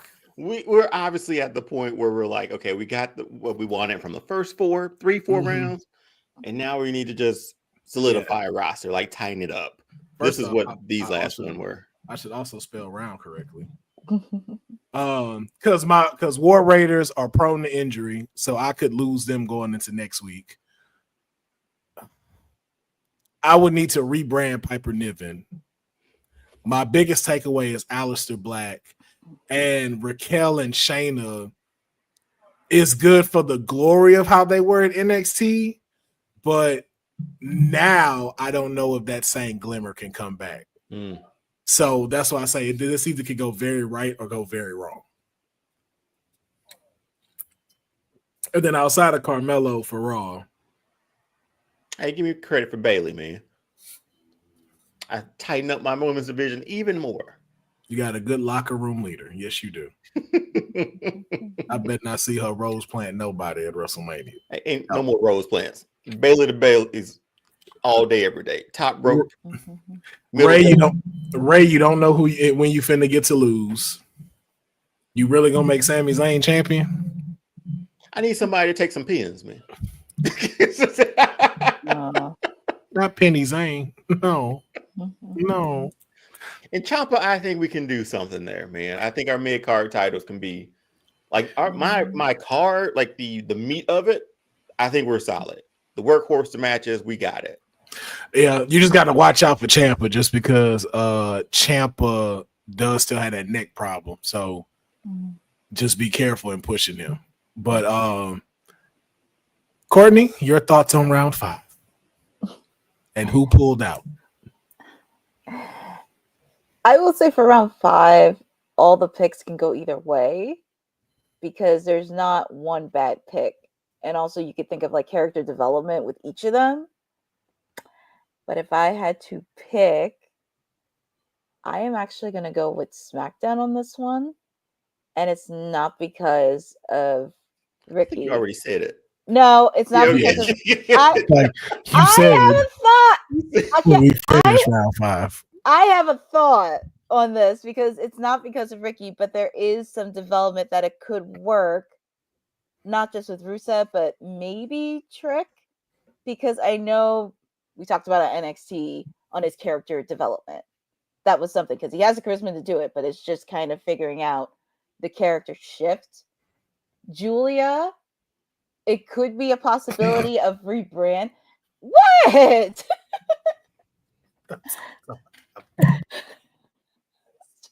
I was trying to make my point with Julia. I think there is a way to possibly rebrand her the way she wasn't when she was NXT Women's Champion. There's a possibility on creating that character development and rebranding and possibly getting her to do some media opportunities that she wasn't able to do when she was champion, even though she was champion for 63 days.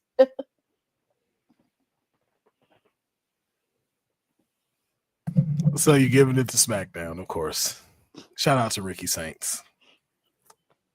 Shout out to Ricky Saints. Round 6, the final round. We have SmackDown with The Miz, Jimmy Uso, Pete Dunne, Izzy Dane, and Cora Jade. He's over it, man.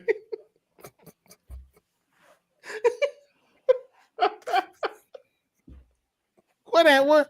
Any thoughts, honey, on this?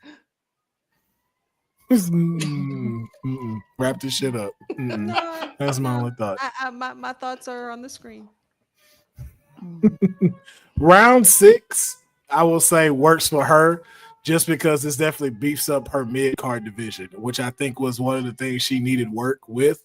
Just SmackDown in general, not her as the manager, but SmackDown in general need like a better mid-card, and I think she did well with this one, especially for the men and women. Over on NXT, we got Natalya, Jordan Grace, Masha Slamovich, Dakota Kai, and the LWO. Again, trying to fill out the women with the rest of the women I have, along with a tag team as well. Monday Night Raw. Huh? You mean scraps? The scraps? Is that what you're saying? Are you considering Jordan Grace and Masha Slamovich scraps? That's what I'm asking you. No. Okay. Where you get that from? I'm just saying because we said with picking up with whatever left that I have. That's what I was. Oh, was left of the women's roster. Yeah. Yeah, I was just trying to clarify. Oh, okay. I got you. Yeah. So Monday Night Raw, Fatal Influence, Zarya, Ludwig Kaiser, Javon Evans, and the D'Angelo family.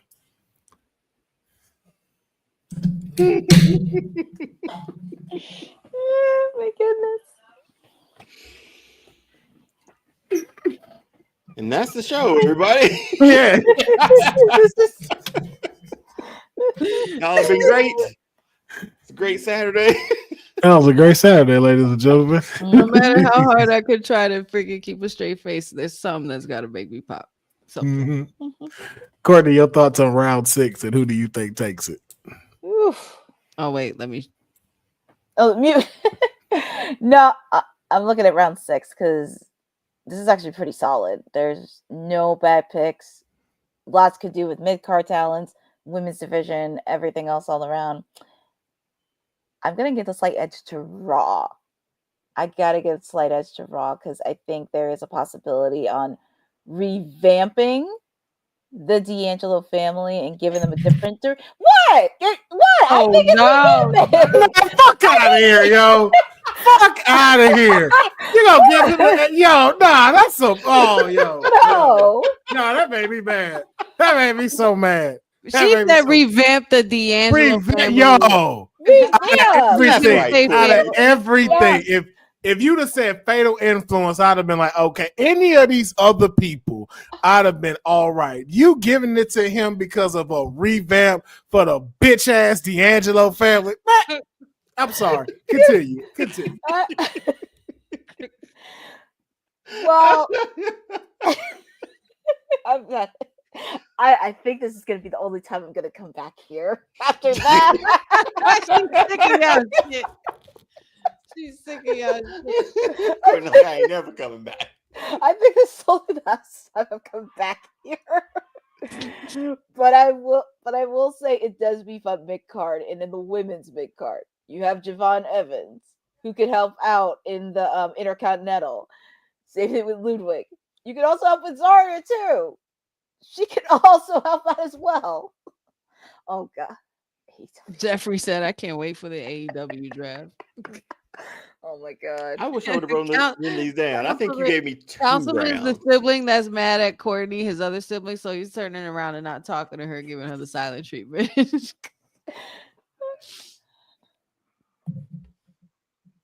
I don't know. I didn't hear nothing past revamping the D'Angelo thing. Hey, I didn't hear shit after that. I can get them. I can get them to start being liked again because I got Legado del Fantasma too. So we can light that match again. I completely understand that. So The I can fact get she you to gave like you them. the edge though, because of that. We did a dynasty prediction for you, Courtney, and this is We how sure you did, end. but This so is how thank you you, Courtney. This is how you end this show. This is how you go do this. So thank you, Courtney. Really? I wish Courtney, it was a pleasure having you here. I wish we were tracking which I one don't- won which I don't- rounds. I wasn't tracking. I don't think I don't think think he's gonna. I don't think he's gonna bring me back after this. I think it's gonna be one and done. Courtney gonna show up next time in a tracksuit and a Kango. gonna show up with a jean jacket and shades on with a bottle of orange juice. If memory serves me correct, I won round 1. I think Honey won round 2. I won round 3. You won round Gave me 4. Yeah. And then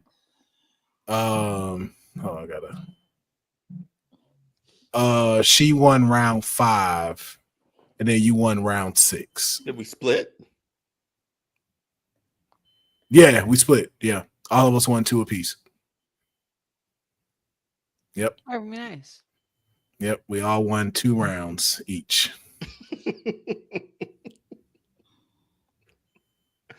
Well, that's that. The D'Angelo family. That's the way that cookie crumbles. That's worse than Matt Cardona at number 1. But look at where they at.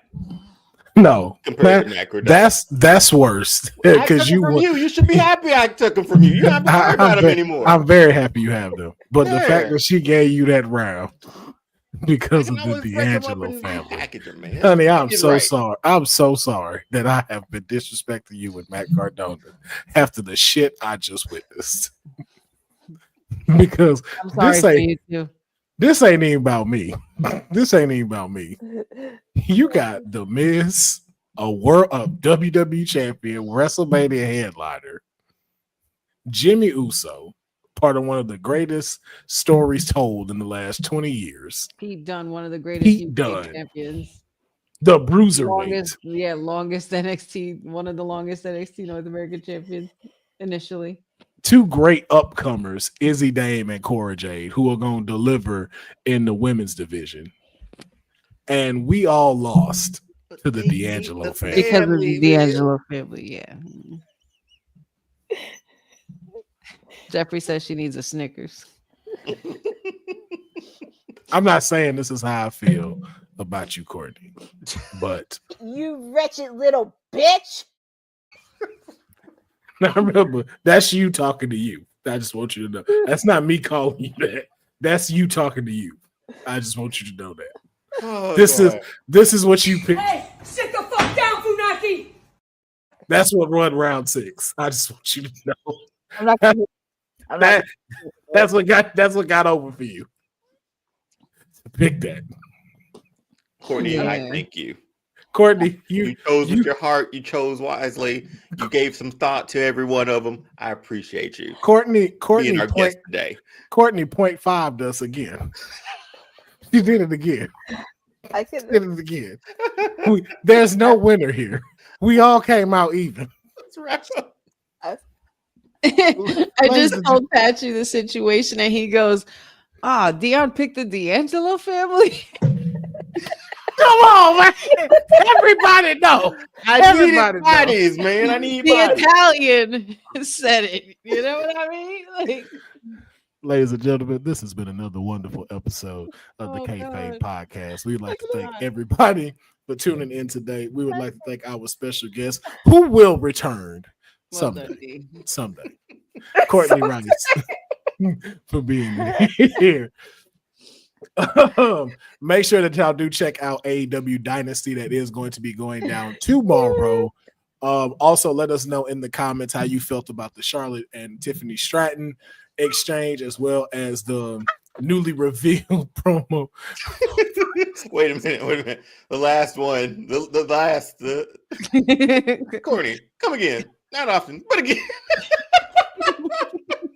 I can Safety says Courtney throws half a smoke bomb and disappears.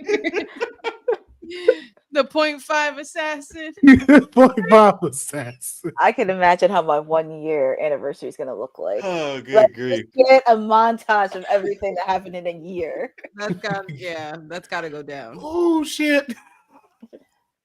But man, please make sure that y'all like this video, subscribe to the channels, and comment on these videos. Before we get out of here, we always want to make sure that y'all know where to follow us, support us. Yeah, perpetuated.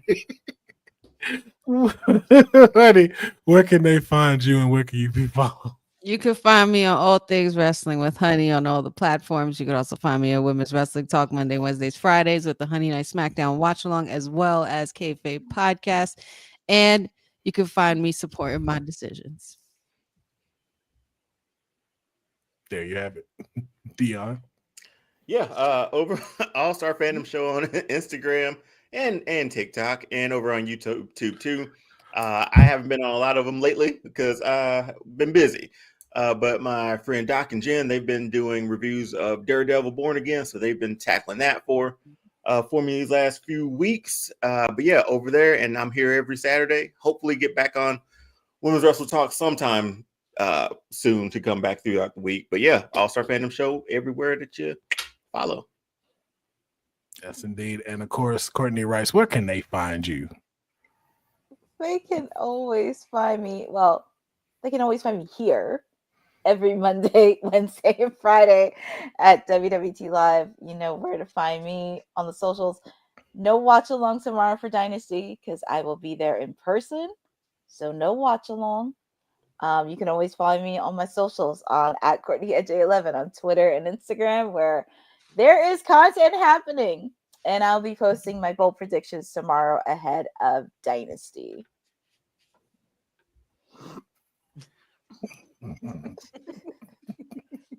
Yes, that gotta be one of the greatest videos in this whole history of WWT. When Honey crashed out on that Shield debate. Yeah, man. Yo, Oh my God.